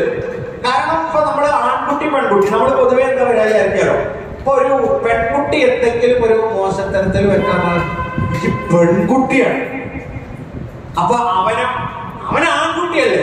അപ്പൊ നമ്മള് ആൺകുട്ടി പഴിച്ചു പോയാലും പ്രശ്നമല്ല, പെൺകുട്ടി പഴക്കുന്നതാണ് തെറ്റ്. അങ്ങനെയല്ല, രണ്ടും നമ്മുടെ മക്കളാണ്. ഒരു പെൺകുട്ടി ഇസ്ലാമികമായ കാര്യങ്ങള് ഒരു പെൺകുട്ടിനെ വിവാഹം അന്വേഷിക്കുമ്പോ അവളെ ന്യൂനതകളൊന്നും വല്ലാതെ നിങ്ങൾ പറയണ്ട. കാരണം അവളെ നന്നാക്കി എടുക്കാം. ആൺകുട്ടിൻ്റെതാണെങ്കിൽ അവന്റെ ന്യൂനതകൾ പറയണം. കാരണം ആൺകുട്ടിനെ നമ്മൾ വിചാരിച്ച പോലെ നന്നാക്കി എടുക്കാനാവൂല. കാരണം ഒരു ഡ്രഗ്സ് തുടങ്ങിയ ഒരു കുട്ടിനെ ഒരു 22 വയസ്സിൽ ഡ്രഗ്സ് അടിക്കാൻ തുടങ്ങിയ, ലഹരി ഉപയോഗിക്കാൻ തുടങ്ങിയ ഒരു ചെറുപ്പക്കാരൻ, അവനിടക്ക് ഡ്രഗ്സ് ഒക്കെ മുക്തമായി തത്വയിൽ അധിഷ്ഠിതമായി ജീവിച്ചിട്ട് സുബൈക്കോ പള്ളിയിലൊക്കെ പോകും. പിന്നെ ആളുകൾ എൻ്റെ അടുത്ത് വീണടക്കുന്നുണ്ടോ, പിന്നെ 3 മാസം കഴിഞ്ഞാൽ കാണാം കേസ് ചാർജ് ചെയ്തിട്ടുണ്ട്. അതായത് ഇങ്ങനെയുള്ള പെട്ടുപോയാൽ ഇതിൽ നിങ്ങൾ മോചിതാകാൻ കഴിയൂല. അപ്പൊ ആൺകുട്ടി പെൺകുട്ടി എന്ന വ്യത്യാസം എന്ത് ചെയ്യരുത്, നമ്മൾ പരിപാലിക്കുന്നതിൽ ഉണ്ടാക്കരുത്. പെൺകുട്ടിയാണെങ്കിൽ അവളെ കാര്യം വളരെ സ്ട്രിക്റ്റ് ആക്കി നോക്കി. ആൺകുട്ടി അവ 10 മണിയായാലും കുഴപ്പമില്ല, 11 കുഴപ്പമില്ല, 12 കുഴപ്പമില്ല, അവന് 3 കൊടുക്കുക, സാരല്ല, എവിടെയോ പോയിക്കോട്ടെ. എന്നിട്ട് അവര് 4 നുണയും പറയും. അങ്ങനെയില്ല. രാത്രി ഉണ്ടല്ലോ, ഏറ്റവും അപകടകരമായ സാഹചര്യമാണ് രാത്രി. ഇശ കഴിഞ്ഞാല് പിന്നെ നമ്മളെ മക്കള് നമ്മൾ പുറത്തു വിടരുത്. വിട്ടു കഴിഞ്ഞാൽ അവര് പുറത്തു പോയി എന്നാണ് അതിന്റെ അർത്ഥം. നിങ്ങൾക്ക് നഷ്ടപ്പെട്ടു എന്നാണ് അർത്ഥം. അപ്പൊ പേരക്കുട്ടികളെയൊക്കെ വല്യാപ്പാല് നന്നാക്കലെന്ന് വെച്ചാല് ഡ്രൈവിങ്ങിന് കൊണ്ടുപോകൂടെ, എടാ ഇപ്പൊ അവിടെ ഒന്ന് പോകണം, ഇവിടെ ഒന്ന് പോകണം എന്ന് പറഞ്ഞ് വല്യപ്പ അങ്ങനെ അവനെ കൂട്ടി കൊണ്ട് നടന്ന് ഏകദേശം ഒരു വല്യപ്പാന്റെ പദ്ധതിയിൽ നിർത്തും. ഇടയ്ക്കൊരു ചായയും പരിപ്പൊടിയൊക്കെ വാങ്ങിക്കൊടുക്കും, ഇടയ്ക്കൊരു പഫും ജ്യൂസൊക്കെ വാങ്ങിക്കൊടുത്ത് റെഡിയാവും. എന്നാൽ ചില നാട്ടിൽ, നിങ്ങളുടെ നാട്ടിലുണ്ട് ചില അമ്മാവന്മാരുണ്ട്, മക്കളെ വീടെടുത്താനായിട്ട് ചില അമ്മമാർ, കാരണന്മാർ അല്ലെ, എവിടെ എന്താ പറയാ, കാരണവരെന്നല്ല പറയാ, പിന്നെ ഉമ്മയുടെ ആണ. അത് വെച്ചാല് ഒരു കുട്ടി ബുള്ളറ്റ് ചോദിച്ചു. അപ്പൊ വാപ്പ പറഞ്ഞ എനിക്ക് ലൈസൻസ് എടുക്കാൻ സമയമായിട്ടില്ല, അമ്മ പറഞ്ഞ മോനേപ്പനായിട്ടില്ല, ആ ഉപ്പ വാങ്ങിത്തരാം. അത് ചിലപ്പോ ഈ അമ്മാവൻ കേട്ട അമ്മാവൻ ചുറ്റിപ്പോഴും ഞാൻ വാങ്ങിത്തരാ, ഓലാരും വാങ്ങിത്തരില്ല. അങ്ങനെ വാങ്ങിക്കൊടുത്ത ഒരു ബുള്ളറ്റാണ് ഒരു നീല ബസ്സിന്റെ ചോട്ടിൽ കിടക്കുന്ന ഫോട്ടോകള് ഒരു 3 മാസം മുമ്പ് കണ്ടു. ലൈസൻസും ഇല്ല, പിന്നെ RC പോലും പുറത്തിറങ്ങിയിട്ടുള്ള താൽക്കാലിക രജിസ്ട്രേഷൻ വന്നുകൊണ്ട്. അപ്പൊ അങ്ങനെ വാപ്പയെയും ഉമ്മയെയും മറികടക്കാൻ അമ്മാവന്മാര് എന്ത് ചെയ്യരുത്, മക്കൾക്ക് കൂട്ടു നിൽക്കരുത്. എടാ വാപ്പ എന്താ പറഞ്ഞേ, ഉമ്മ എന്താ പറഞ്ഞേ, അതിന്റെ അപ്പുറം നമ്മൾ കുടുംബത്തിലെ ആരും നിന്നോടുക്കരുത്. കാരണം അവർക്കതെന്തോ വളമാണ്, അവർക്കതിന്റെ ഗുണം കിട്ടും. അപ്പൊ അവരെന്ത് നമ്മുടെ അടുത്ത് പൈസ ചോദിക്കും. അവരെ ഇപ്പൊ നിങ്ങൾ കേട്ടോന്നറിയില്ല, ഞാനിപ്പോ അത് വിശദമായിട്ട് പറയട്ടെ. നിങ്ങളൊക്കെ നാടിന്റെ അടുത്തൊക്കെ തന്നെ കാരണം അഫാൻ എന്നൊരു കുട്ടിയെ കേരളം അറിയിച്ചതാണ് അല്ലേ. എങ്ങനെ അങ്ങനെ ആയി എന്നുള്ളത് എന്റെക്കാൾ നിങ്ങൾക്ക് അറിയാം. എന്താണ് അവന്റെ വാപ്പ ആ എയർപോർട്ടിൽ വന്ന് ഇറങ്ങുമ്പോ ആ ഉപ്പ അത്ര കാലത്തോളം അധ്വാനിച്ചുണ്ടാക്കി എല്ലാം പോയത് സുന്ദരനായ ആ ചെറുപ്പക്കാരൻ കാരണമാണ്. സുന്ദരൻ, എന്തൊരു ഭംഗിയുണ്ട് കാണാൻ. അവനൊന്നും അറിയണില്ല. എന്തായിരിക്കും എന്നുള്ളത് ഞാൻ പറയാത്തത് നിങ്ങൾക്കറിയാം. അപ്പൊ വളർത്തുന്ന മക്കളെ മതപരമായി ചിട്ട കൊടുത്ത് വളർത്തിയിട്ടില്ലെങ്കിൽ ആ മസില് നമുക്ക് എതിരെയാണ് വരിക. അതുകൊണ്ട് നമ്മള് ഏത് കാര്യത്തിലും ആൺകുട്ടി പെൺകുട്ടി എന്നുള്ളത് നമ്മൾ വേർതിരിക്കരുത്. അവരെ 2 കൂട്ടരെയും ഒരുമിപ്പിച്ച് നിർത്തി നമ്മളുടെ മക്കളാക്കി വളർത്തണം. 10-ാമത്തേത് അൽഹിർസുൽ അബ്നാ, മക്കളുടെ കാര്യത്തിൽ നമ്മള് ഞാൻ നേരത്തെ പറഞ്ഞതുപോലെ നിയമം വെക്കാൻ നമ്മൾ ആരും പേടിക്കാൻ പാടില്ല.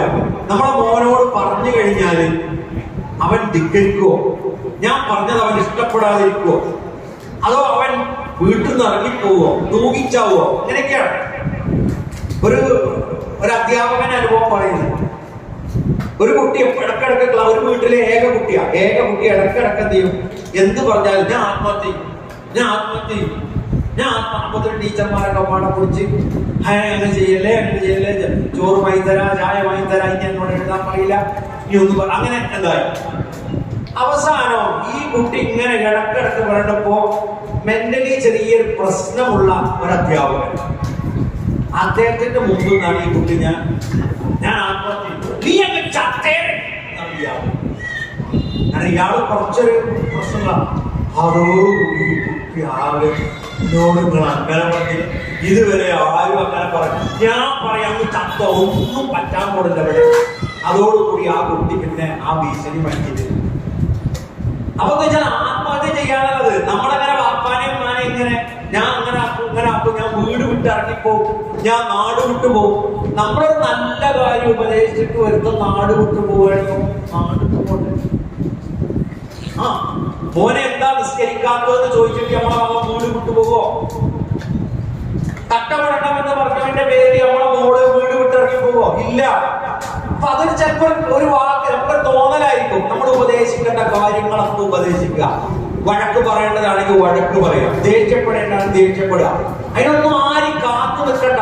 നമ്മളെ ഉള്ളൂ അവരെ നന്നാക്കാൻ, നമ്മുടെ മോനെ നന്നാക്കാൻ, നമ്മുടെ മോളെ നന്നാക്കാൻ നമ്മളെ ഉള്ളൂ. പ്രിയപ്പെട്ട മക്കളെ, ഇങ്ങനെയൊക്കെ പരിപാലിച്ച് നോക്കി വേണ്ടതുപോലെ ചെയ്തു കഴിഞ്ഞാൽ നമ്മൾക്ക് നമ്മുടെ മാതാപിതാക്കളോട് എന്ത് ബാധ്യതയാണുള്ളത് നമ്മൾ മനസ്സിലാക്കും. ഒരു ഉപ്പ ഒരു 60-55 വയസ്സ് കഴിഞ്ഞാൽ ശാരീരികമായ അവശതകൾ വരും, വിഷമങ്ങൾ വരും. ഒരു മോന്, ആ മോനെ അതൊന്നും ശ്രദ്ധിക്കാത്ത ഒരാളാണ്. കോഴിക്കോടാണ് ആ കുട്ടിയുടെ വീട്. അപ്പൊ ഈ മോനെ ജ്യേഷ്ഠനുണ്ട്, ജ്യേഷ്ഠൻ പെട്ടെന്ന് ഗൾഫിൽ പോയി. അപ്പോഴാണ് ഈ മോന് വാപ്പന്റെ ഉമ്മന്റെ ഒക്കെ ചുമതല വരുന്നത്. അതുവരെ അവനിങ്ങനെ പോവുകയാണ്. അങ്ങനെ അവര് ഒരു ദിവസം രാവിലെ ചായക്ക് ഉപ്പയുടെ കൂടെ ഇരിക്കേണ്ടി വന്നു. ആ ഉപ്പയുടെ കൂടെ ഇരുന്നപ്പോ ഒരു ഡപ്പി ഉണ്ടാവും, ഒരു പ്ലാസ്റ്റിക് ഡപ്പി ഉണ്ടാവും. അപ്പൊ ഈ ഉപ്പയോട് ചോദിച്ചു, ഉപ്പ അതെന്താ? ഞാൻ അതുവരെ ജ്യേഷ്ഠനായിരുന്നപ്പോ നോക്കിയത്. ഉപ്പ പറഞ്ഞടാ എന്റെ ഗുളികല്ലേ. അപ്പൊ ഇങ്ങനെ എണ്ണി നോക്കി, അവൻ പുറത്തുകൂടി തന്നെ എണ്ണ ഇങ്ങനെ എണ്ണി നോക്കി 16 ഗുളിക. അപ്പൊ കുട്ടി ചോദിച്ചേ, പാപ്പ നിനക്ക് എന്താ അസുഖം? അവ ആപ്പര 7 അസുഖപ്പെടും. 7 അസുഖം, അതിൽ 3 മാരകമാണ്. ഒന്ന് കരളുമായി ബന്ധപ്പെട്ടതാണ്, ഒന്ന് ലങ്സുമായി ബന്ധപ്പെട്ടതാണ്, ഒന്ന് ഹാർട്ടിന്റെ ബ്ലോക്കാണ്. ഈ 3 അതിമാരകമായ ഒരു രോഗം. ഈ മകൻ അതെല്ലാം കേട്ട് അതെല്ലാം ഉൾക്കൊണ്ട് എന്റെ ഉപ്പാക്ക് ഇത്രത്തോളം അസുഖമുണ്ടായിരുന്നോ എന്ന് ഇവൻ ചോദിക്കേണ്ടി വന്നതുകൊണ്ടറിയും. അതിന്റെ 6 ദിവസം മുമ്പാണ് അവന്റെ സ്കൂളിൽ നിന്ന് ടൂറ് പോകാൻ, ഹൈദരാബാദിക്ക് ടൂറ് പോകാൻ 5000 ചോദിച്ച് വാശി പിടിച്ചത്. അപ്പോൾ അവന്റെ ഉമ്മ പറഞ്ഞല്ലോ, മോനെ ഈ ബാപ്പാനെ മാനസികമായി ബുദ്ധിമുട്ടിക്കല്ലേ, ബാപ്പ രോഗിയാണ്. ബാപ്പാക്ക് എന്താ രോഗം?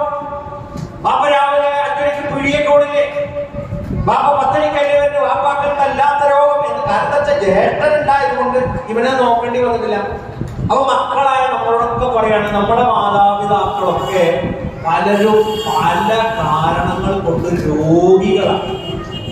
നമ്മൾ പറയുന്ന വാക്കൊന്നും താങ്ങാനൊന്നും അവർക്ക് ആവൂല. നിങ്ങളൊന്നും ഉണ്ടാക്കി, നിങ്ങളോടല്ലേ പറഞ്ഞത്, അതൊന്നും താങ്ങാൻ നമ്മളെ ഉമ്മാക്കാവൂല, നമ്മളെ ഉപ്പാക്കാവൂല.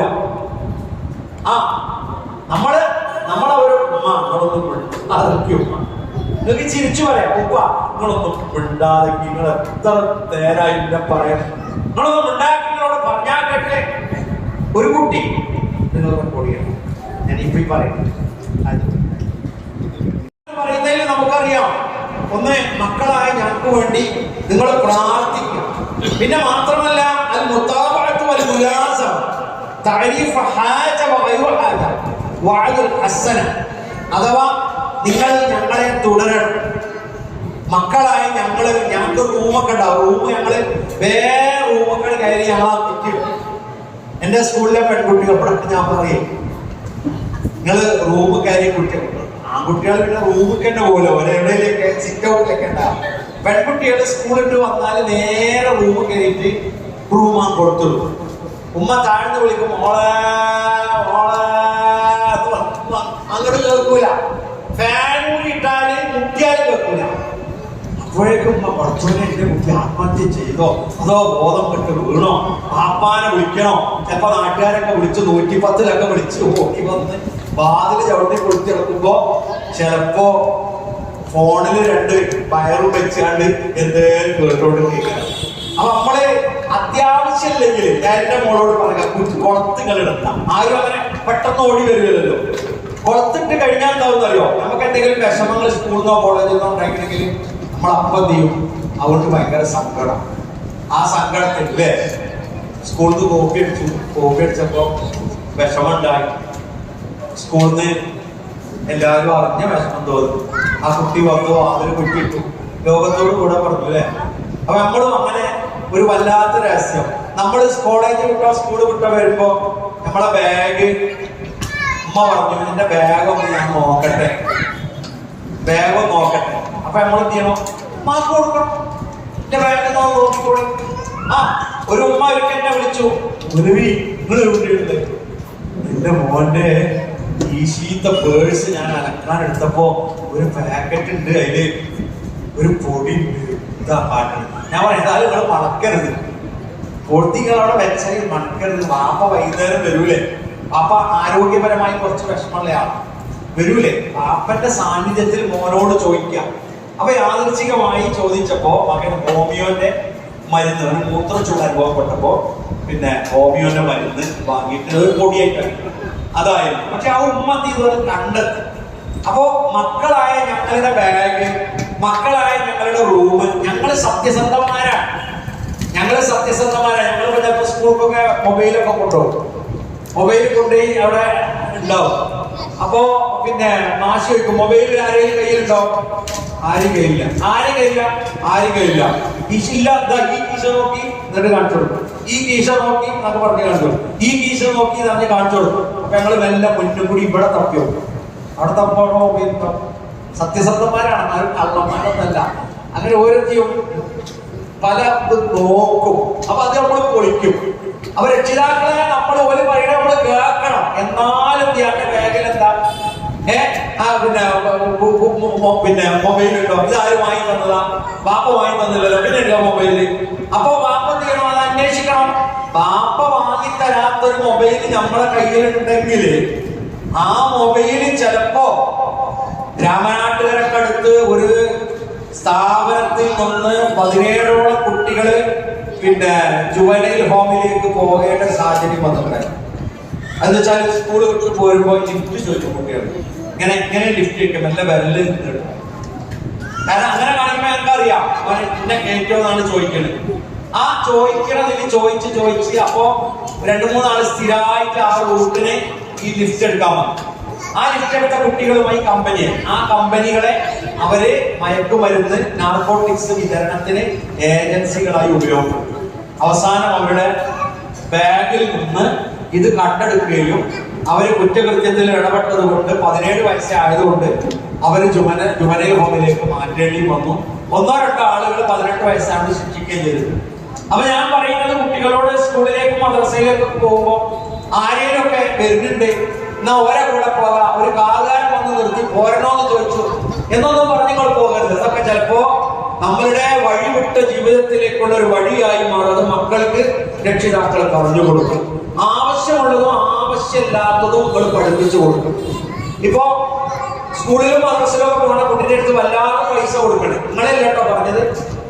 ചില രക്ഷിതാക്കൾ വല്ലാതെ പൈസ കൊടുക്കും. ആ പൈസ കൊണ്ട് ഞങ്ങൾ വഴിതെറ്റും. മക്കളെ ഞങ്ങൾ വഴിതെറ്റും. നിങ്ങൾ ആവശ്യത്തിന് പൈസ തരാം. ഇപ്പൊ അടുത്തിടെ ഒരു രക്ഷിതാവ് പറയാ, എന്റെ മകൻ ആവശ്യം ഉണ്ടാവുമ്പോ ഒരു സലാഹിയാണ് അദ്ദേഹത്തിന്റെ മകൻ എഞ്ചിനീയറിംഗിൽ പഠിക്കാം. പാപ്പ എനിക്ക് ആവശ്യം ഉണ്ടാവുമ്പോ നിങ്ങൾ ഹോസ്റ്റലിലേക്ക് പൈസ അയച്ചെന്നാ മതി. അല്ലെങ്കിൽ അത് കൂട്ടുകാരിങ്ങനെ കൂടും, വൈകുന്നേരം നമുക്ക് പുറത്തു പോകാറ്, അവിടെ എന്തെങ്കിലും ഭക്ഷണം കഴിക്കും. അപ്പൊ അങ്ങനെ പിന്നെ ആവും. പിന്നെ ചിലപ്പോൾ രാത്രി ഇറങ്ങിയാണ് ഇതിന്റെ പേരിൽ പോലീസ് പിടിക്കും. പിന്നെ ഒരുപാട് ചൊറയാണ്. അപ്പൊ ആവശ്യം ഉണ്ടാവുമ്പോ പൈസ അയച്ചെന്നാൽ മതി. ഒരു ഉസ്താദ് തൃശ്ശൂർക്ക് പൈസ കൊടുക്കാൻ വേണ്ടി കോഴിക്കോട്ട് നിന്ന് ബസ് കയറി വന്ന് ഹോസ്റ്റലിൽ പോയി 3000 രൂപ കൊടുക്കും.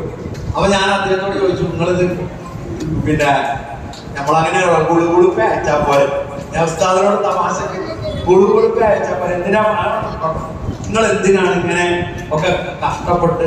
അപ്പൊ എന്നോട് പറഞ്ഞേ, ATM ആയാലും കുളുകുളുപ്പ ആയാലും അതിങ്ങനെ ഞെക്കിങ്ങാണ്ട് അതിന്റെ പൈസ എടുക്കുമ്പോ കുട്ടികളെ വിചാരം ATM പൈസ തന്നെയാണ്.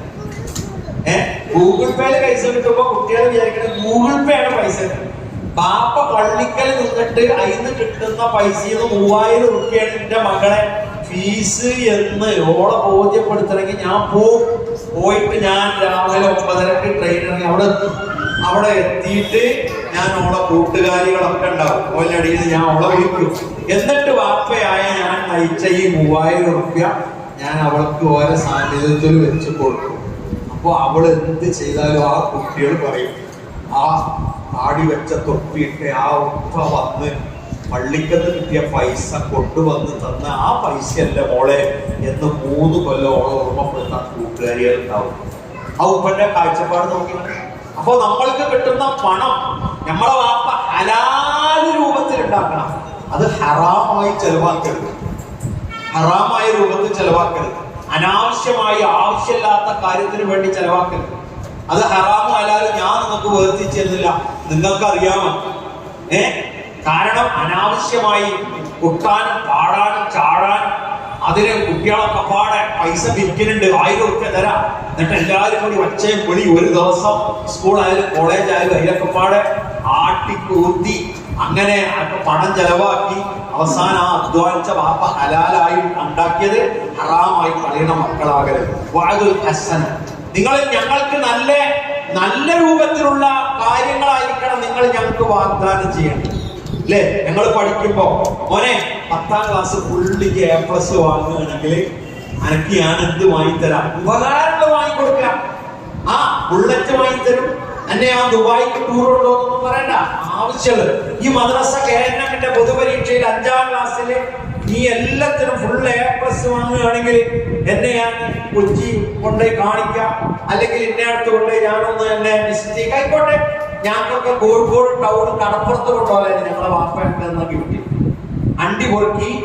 അണ്ടി പൊറുക്കിയ പൈസ ശേഖരിച്ചാൽ അതുകൊണ്ട് നമുക്ക് കോഴിക്കോട് കടപ്പുറത്ത് പോയിട്ട് കടപ്പുറം കാണാൻ, കടലിൽ തിന്ന മൊയ്തീൻ പള്ളിയിൽ നിന്ന് 100 അക്ഷറും ചെമ്മും കച്ചറും നിൽക്കരിക്കും ചെയ്യാം.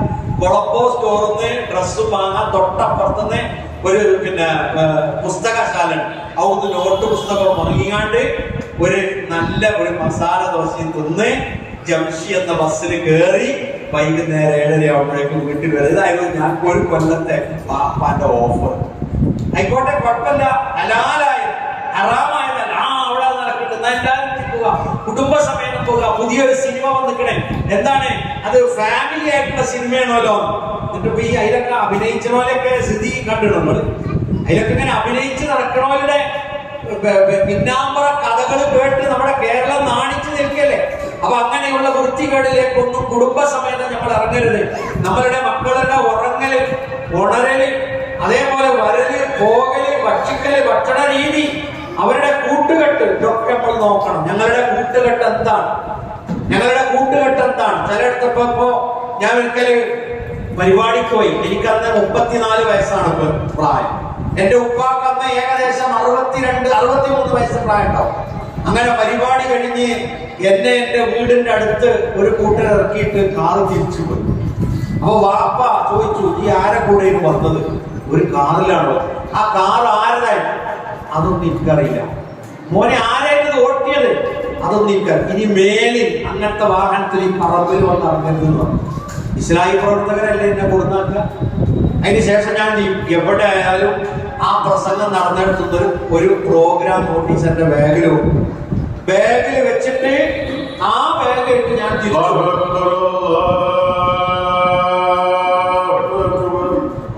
നമ്മൾ മനസ്സിലാക്കണം. കുട്ടികളോടാണ്, കുട്ടികൾ പ്രത്യേകം ശ്രദ്ധിക്കും. രക്ഷിതാക്കളോടുള്ളതായിരുന്നു ഇത്രയും സമയം പറഞ്ഞത്. നമ്മള് ഒരു ആടിന്റെ കുട്ടി എഴുന്നേറ്റ് നടക്കാൻ 2 മണിക്കൂർ വേണ്ട, 1 മണിക്കൂർ മതി.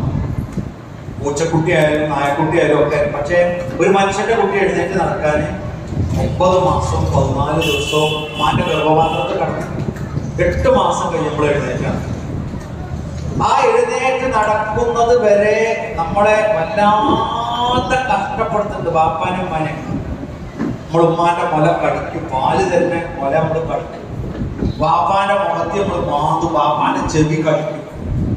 അപ്പൊ അതൊക്കെ അവര് നമ്മളെ അത് ഉൾക്കൊണ്ടത് നമ്മൾ അവരുടെ മക്കളാണ് എന്ന് നിലക്കാം. അതിന് സിട്ടാവ് നമുക്ക് നല്ല മാതാപിതാക്കളെ നമുക്ക് തന്നതിന് നമ്മൾ അള്ളാഹുവിനോട് ഹംദ് പറയും. നല്ല വാപ്പനെ ഉമ്മനെ തന്നത്. എത്ര മക്കളുണ്ട് വാപ്പി ഉമ്മിയൊക്കെ മോശമായിന്റെ പേരിൽ കഷ്ടപ്പെട്ട് നടക്കുന്ന ആൾക്കാർ. ഫീസ് കൊടുക്കാൻ പൈസ അല്ല, വാപ്പനോട് ചോദിച്ചൂടാ. ഒരു കുട്ടി കൗൺസിലിങ്ങിന്റെ ഇടയ്ക്ക് പറഞ്ഞത്, എൻ്റെ ഉമ്മ എൻ്റെ വാപ്പ തൊലാക്ക് ചൊല്ലി, എൻ്റെ ഉപ്പ ഉമ്മയെ തൊലാക്ക് ചൊല്ലിയതിന് ശേഷം ഉപ്പ വേറൊരു കല്യാണം കഴിച്ചു. അത് കഴിഞ്ഞിട്ട് ഞാൻ രണ്ടാനമ്മന്റെ അടുത്താണുള്ളത്. രണ്ടാനമ്മ ഇടക്കിടക്ക് എന്നോട് ചോദിക്കലുണ്ട്, ഞങ്ങൾക്ക് കെട്ടിച്ചാടിക്കൂടെ, എന്തിനാ ഇവിടെ? അതൊക്കെ പിന്നെ സാമൂഹ്യക്ഷേമ വകുപ്പ് തന്നെ പരിഹരിച്ചൊരു ഘട്ടം.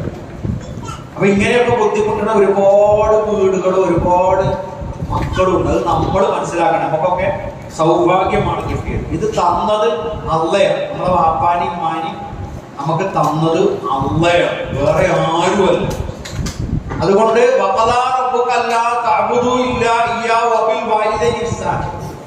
അള്ളാനെ മാത്രം ആരാധിക്കണം, മാതാപിതാക്കൾക്ക് നന്മ ചെയ്യണം എന്ന് ഖുർആൻ പറഞ്ഞത് നമ്മൾ അതേപടി നമ്മൾ എന്ത് ചെയ്യാം, ഉൾക്കൊള്ളും. അവർക്ക് ഒരുപാട് ന്യൂനതകളുണ്ടാവും, വിഷമങ്ങളുണ്ടാവും.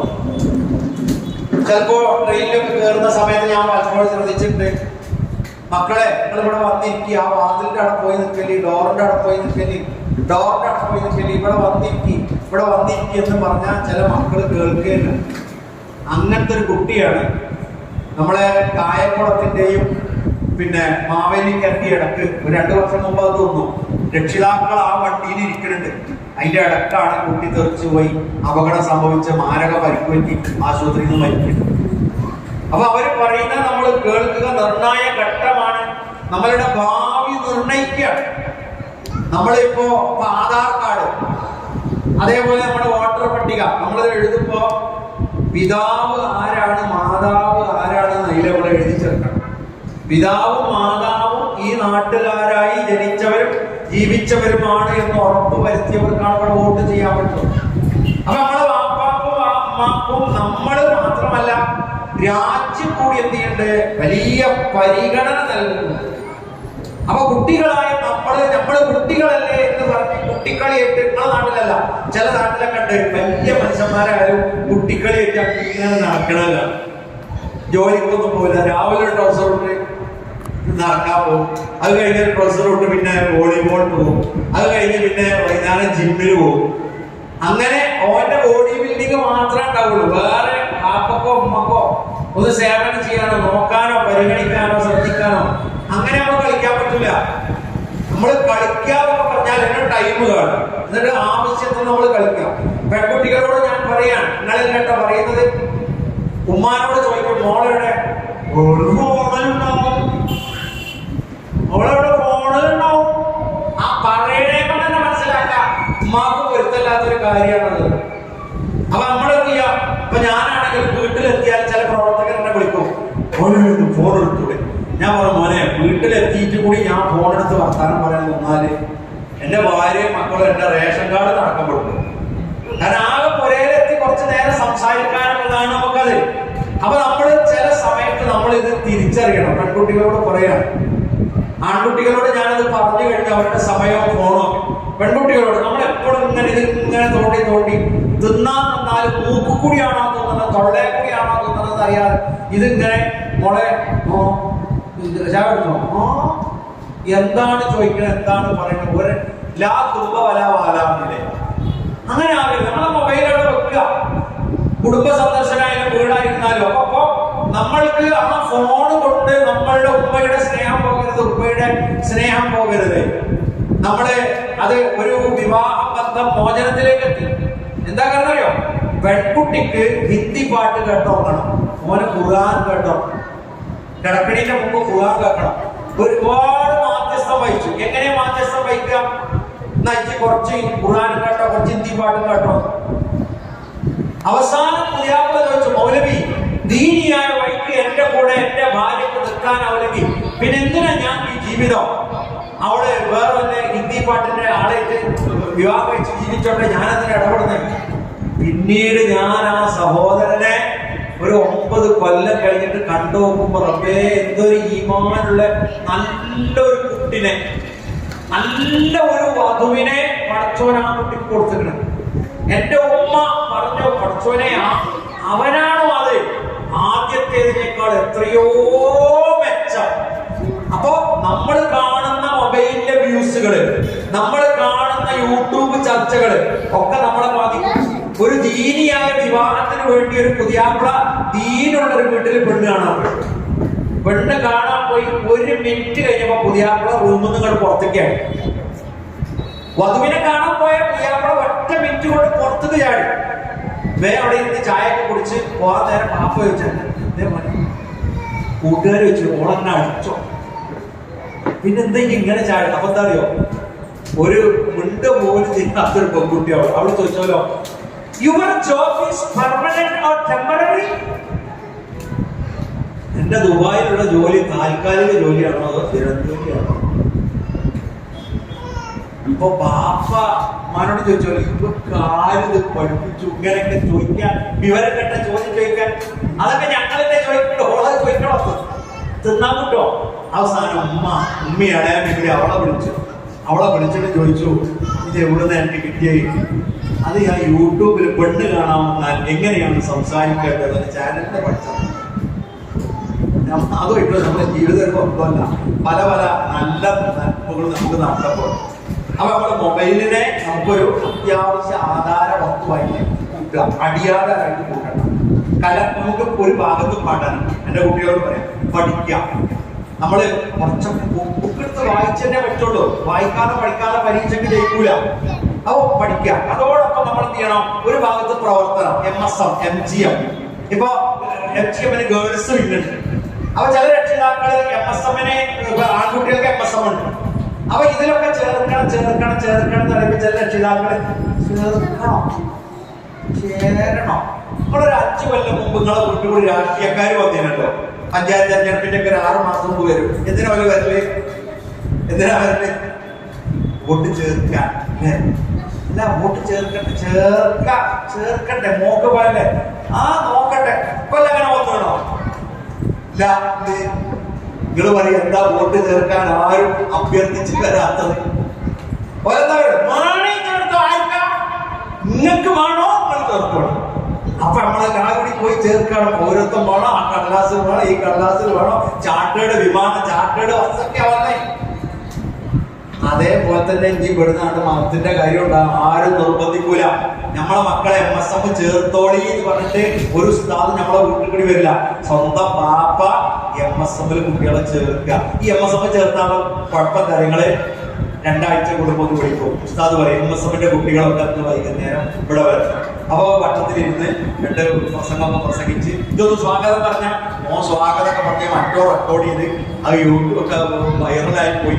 ഓന്റെ കൂട്ടുകാർ ഇന്നലെ എവിടോ ഒരു ആയത്തെ പോയി സ്വാഗതം പറഞ്ഞല്ലോ. പിന്നെ ഓന് കേടുവരാൻ പറ്റൂല, പിന്നെ ഓനെ കേടുവരാനായിട്ടില്ല മക്കള്. MGM-ന്റെ സഹോദരി ഓടെ ഗേൾസ് വീക്കിന്റെ ഒരു സ്വാഗതം പറഞ്ഞ പിന്നെ ഒരു ക്യാമ്പിന് പോയി, പിന്നെ ഒരു ബസ്സിൽ കയറി, ആ ബസ്സിൽ ഒരു പ്രസംഗം ഇട്ട് ആ പ്രസംഗം കേട്ട് പിന്നെ ഒരു പ്രസംഗത്തിൽ പോയി ഇറങ്ങി, പിന്നെ ഒരു പ്രസംഗത്തിൽ കയറി, ഒരു ചായക്കുള്ളിൽ ചെന്നപ്പോ സമ്മേളനത്തിന്റെ അവിടെയും പ്രസംഗം, ചോറ് കഴിക്കാൻ പോയപ്പോ അവിടെയും പ്രസംഗം, അത് കഴിഞ്ഞിട്ട് പ്രസംഗം. ഇതൊക്കെ പാടെ അവസാനം തലയെ കൂടി കയറിയിട്ട് പറയും വല്ലാത്തൊരു പ്രസംഗമായ MSM-ന്റെ സമ്മേളനത്തിന് പോയിട്ട് പ്രസംഗത്തോട് പ്രസംഗം. അപ്പൊ എന്തെങ്കിലും കേട്ടതൊക്കെ വേണ്ട അങ്ങനെ കേൾക്കലായി കേട്ട് ഞങ്ങളൊക്കെ MSM കൂടിയാ പറഞ്ഞത്, അല്ലെങ്കിൽ ഇവിടെ ക്ലാസ് എടുക്കാൻ വരില്ല. ഞങ്ങൾക്കൊക്കെ കേടുവരാൻ പറ്റുന്ന അവസരങ്ങൾ ഉണ്ടായിരുന്നു.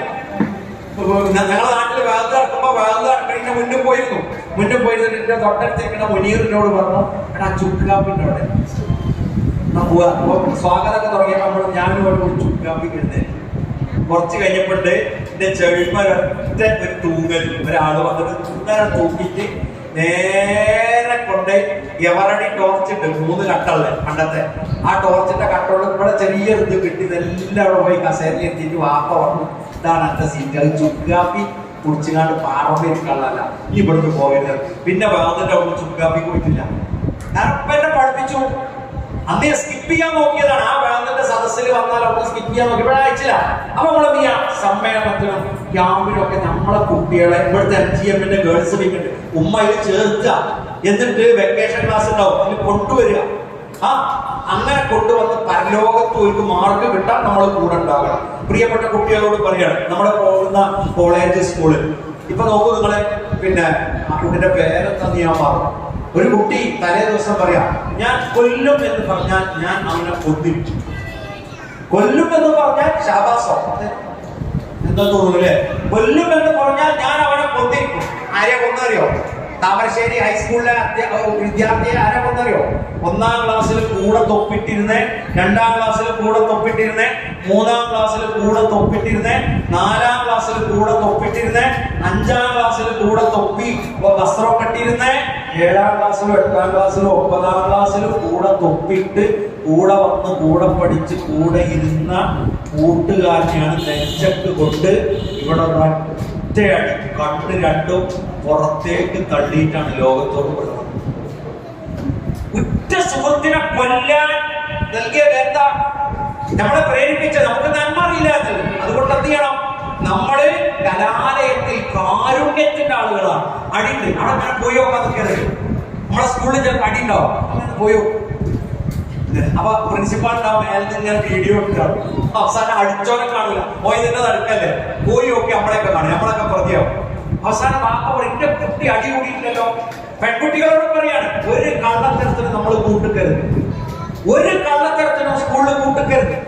ഒരുത്തി പറയാൻ എടിയേ മറ്റോണ്ട് അന്നെ ഒന്ന് നോക്കണ, ഓനെ ഭയങ്കര ഇഷ്ടമാണ്.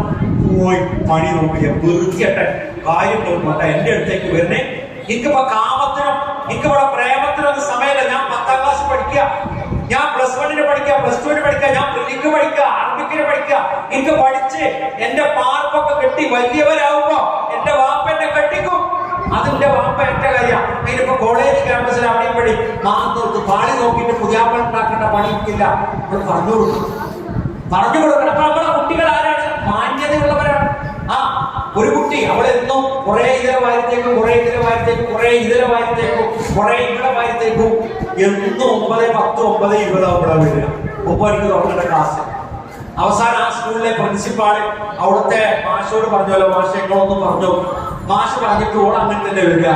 അവസാനം അവിടുത്തെ ടീച്ചറോട് പറഞ്ഞല്ലോ, നിങ്ങള് അവളെ ഒന്ന് നിരീക്ഷിക്കും. അപ്പൊ നിരീക്ഷിച്ച് നോക്കുമ്പോ രാവിലെ 7:30 കണ്ണാടിന്റെ മുമ്പിൽ നിൽക്കാം. ഇവിടെ തേച്ച് ഇവിടെ തേച്ച് ഇവിടെ തേമ്പി ഇവിടെ തേച്ച് ഇവിടെ കണ്ണിന്റെ ഉള്ളിലിട്ട് മൂക്കിന്റെ ഉള്ളിലിട്ട് ഇതൊക്കെ പാടെടുപ്പോ 2:45. പിന്നെ 9:15 എത്തുള്ളൂ.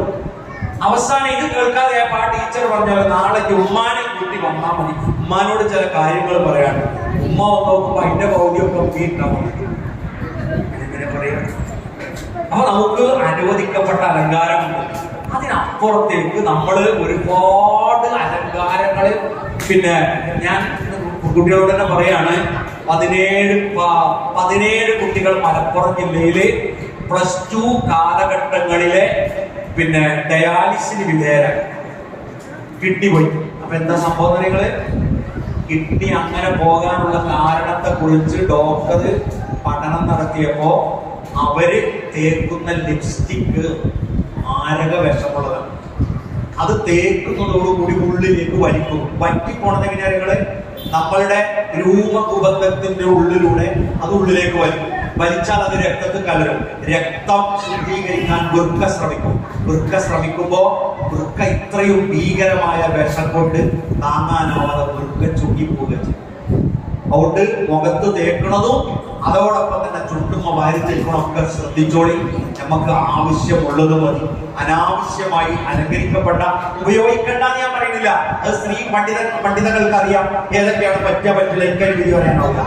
പക്ഷെ ഒതു എടുക്കുമ്പോ ശരീരം നനയണോ, മുഖം നനയണോ, ചുണ്ട് നനയണോ ഒക്കെ നമുക്ക് പറ്റുള്ളൂ. അങ്ങനത്തെ അനാവശ്യമായ കാര്യങ്ങളെ കുറിച്ച് നമ്മൾ തീരത് അലങ്കാര വസ്തുവായിട്ട് ഉപയോഗിക്കരുത്. പ്രിയപ്പെട്ട കൂട്ടുകാരെ, ഇപ്പൊ നോക്കൂ നിങ്ങൾ, നമ്മുടെ പിന്നെ വലിയ കുട്ടികളുണ്ട്, ചെറിയ കുട്ടികളുണ്ട്, വളരെ ചെറിയ കുട്ടികളുണ്ട്. ഇതൊക്കെ നമ്മളെ മുതല. ചില വീട്ടിൽ ഉപ്പ ഉണ്ടാവും, ഉമ്മ ഉണ്ടാവും. ഉപ്പ ഉമ്മ ഉണ്ടാവും, മക്കള് 3 ഉണ്ടാവും. അപ്പൊ വലിയ മോളോട് ഉമ്മ എന്താ പറയാ? വലിയ മോള് അടുക്കളയിൽ ഇങ്ങനെ ഇരിക്കുമ്പോ ഉമ്മ എന്താ പറയാ? നമ്മളോട് ചെറിയൊരു പണി ഏൽപ്പിക്കുമല്ലോ. മോളെ ആ ചെറിയ എണ്ണിനെ നോക്കിക്ക. അല്ല, ആ അനിയനെ നമ്മൾ നോക്കണം. നമുക്ക് വേറെന്താ ജോലി? ആ അനിയനെ നമ്മൾ നോക്കണം, ആ അനിയത്തിനെ നമ്മൾ നോക്കണം. നിങ്ങൾ സ്കൂളിലേക്ക് പോയപ്പോ അവസാനം നിങ്ങളെ കണ്ടത് നോക്കലാരാ? അവസാനം അമ്മ പറയാ ബാപ്പ പറയാ അവസാനം നമ്മളെ ശരീരത്തിൽ നിന്ന് കണ്ടെടുക്കാരാ? നിങ്ങൾ പറയും അവസാനം കണ്ടെടുക്കാരാ? ആ വീട്ടിലെ ഏറ്റവും ചെറിയ കുട്ടിയെ ഇങ്ങനെ കൊണ്ടോ അല്ലെ? അനിയൻ കാക്ക അവനാണ് നമ്മളെ സ്വർഗം. അവനെ നമ്മള് തള്ളരുത്.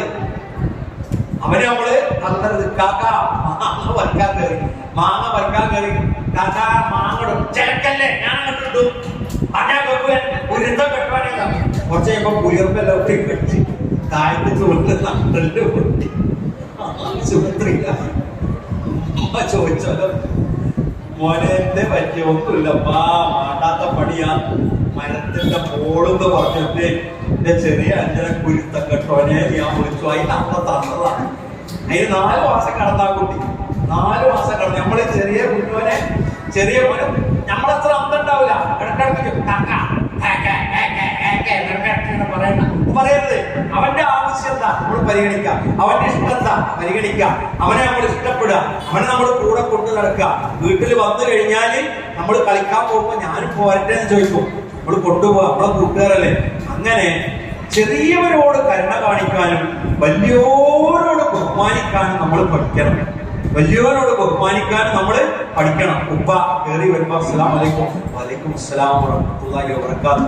അമ്മ ഞാൻ പോവാട്ടോ. എങ്ങോട്ട് പോണേ? കളിക്കാൻ പോയി. എവിടെ ഉണ്ടാവുക? ഞാൻ ഗ്രൗണ്ടിൽ ഉണ്ടാവട്ടമ്മ. ആ ഉമ്മയാണ് നമുക്ക് അന്നം തരുന്നത് ആ വീട്ടിലേക്ക്. അപ്പൊ അത് ജാഗ്രത പുലർത്തുക. നിസ്കരിക്കാൻ സമയമായി തുടങ്ങി. ഞാൻ ഒരു 5 മിനിറ്റ് എന്താ ജാഗ്രത പുലർത്തേണ്ട കാര്യങ്ങള് ഞാൻ ആദ്യം സൂചിപ്പിച്ചു. എങ്കിലും 3 കണ്ണ് വേണം. പത്ത കുട്ടികൾ 2 കണ്ണ് പോരാ, 3 കണ്ണ് വേണം. 1 അകക്കണ്ണാണ്. ഒരു DGPയുടെ ക്ലാസ് ആണ്. ഈ ലഹരി കൊടുക്കണോലൊക്കെ സ്കൂളിന്റെ മുമ്പിൽ നിൽക്കണത്തിനാന്ന് ലഹരിക്കാരനോട് ചോദിച്ചപ്പോ വയസ്സന്മാർക്ക് കൊടുത്തിട്ട് 3-4 കൊല്ലം പോകുന്ന പോലെ അടിച്ചു പോകും. പിന്നെ ഞങ്ങൾക്ക് കച്ചവടം നടക്കൂല. സ്കൂളിൽ നിന്ന് ഒരു കുട്ടി തുടങ്ങിയാല് ഒരു 25-30 കൊല്ലം ഞങ്ങൾക്ക് ആ കച്ചവടം. അതുകൊണ്ടാണ് സ്കൂളുകളുടെ മുമ്പിലാണ് തുടങ്ങുന്നത്. കുട്ടികൾ നല്ലോണം വിചാരിച്ചോ. നമ്മുടെ തിരൂരിലെ താനാളൂരിലെ ഒരു ചെറുപ്പക്കാരൻ, അവൻ MDMAക്ക് പെട്ടത് എങ്ങനെയെന്ന് അവൻ സോഷ്യൽ മീഡിയ പറയും. അവന്റെ കൂട്ടുകാരുണ്ട്, അവരുടെ ചീഫ് എടുത്തിരിക്കുന്നത്. എങ്ങോട്ടാണ്? ഞങ്ങൾ കോഴിക്കോട് പോയി പറഞ്ഞു. കോഴിക്കോട് പോയി. കോഴിക്കോട് വന്ന് അപ്പുറത്തെങ്ങനെ ഇരിക്കുമ്പോ ഒരു കൂട്ടുകാരൻ പറഞ്ഞാലോ, എടാ ഈ MDMA ഭയങ്കര വിഷമുള്ള സാധനം. അതൊക്കെ ഭയങ്കര നമ്മളെ ശരീരം നശിപ്പിക്കും. നമ്മളൊന്ന് വലിക്കുകയോ കുട്ടിയൊന്നും ചെയ്യരുതേ. അപ്പൊ ഒരു ഇങ്ങനെ എടുത്തിട്ട് പറഞ്ഞു, ഇതാണ് ആ സാധനം. കണ്ടില്ല കേട്ടില്ല ഒന്നും പറയണ്ട. നമ്മൾ ചെറുപ്പക്കാരൻ, നമ്മൾ MDMA കണ്ടില്ല എന്ന് പറഞ്ഞു, വലിച്ചെറിയാൻ പക്ഷെ കണ്ടില്ല നമ്മൾ പറയും എന്ന് പറഞ്ഞ് മെല്ലെ എടുത്ത് കുറിച്ച് നോക്കിയിട്ട് പറഞ്ഞു, ഇതാണ് സാധനം. അപ്പൊ ഇത് എവിടുത്തെ കിട്ടി? അതൊന്നും നമുക്ക് കാണാൻ വേണ്ടി ഒരാൾ തന്നതാണ്. ഇത് എടുക്കരുത്, ഇത് വെക്കരുത്, ഇത് പിന്നെ കുത്തി വെക്കരുത്, വായിലിടരുത് എന്നൊക്കെ നമ്മളോട് പറഞ്ഞാൽ അതുകൊണ്ട് നമ്മൾ അതൊന്നും നമ്മൾ ചെയ്യുന്നില്ല. അതുകൊണ്ട് ഞാൻ ഇവിടെ തന്നെ ചുറ്റി വെക്കുകയാണ്. അവിടെ തന്നെ വെച്ചിട്ട് മറ്റൊരു ചെറുതാലും അതിന്റെ രുചി എന്താവും നമ്മൾ അങ്ങനെ നമ്മളിപ്പോ നോക്കിയിട്ടില്ലെങ്കിലും 4 ആരെങ്കിലും ഒക്കെ ചോദിച്ചാൽ നമ്മൾ ആൺകുട്ടികളല്ലേ.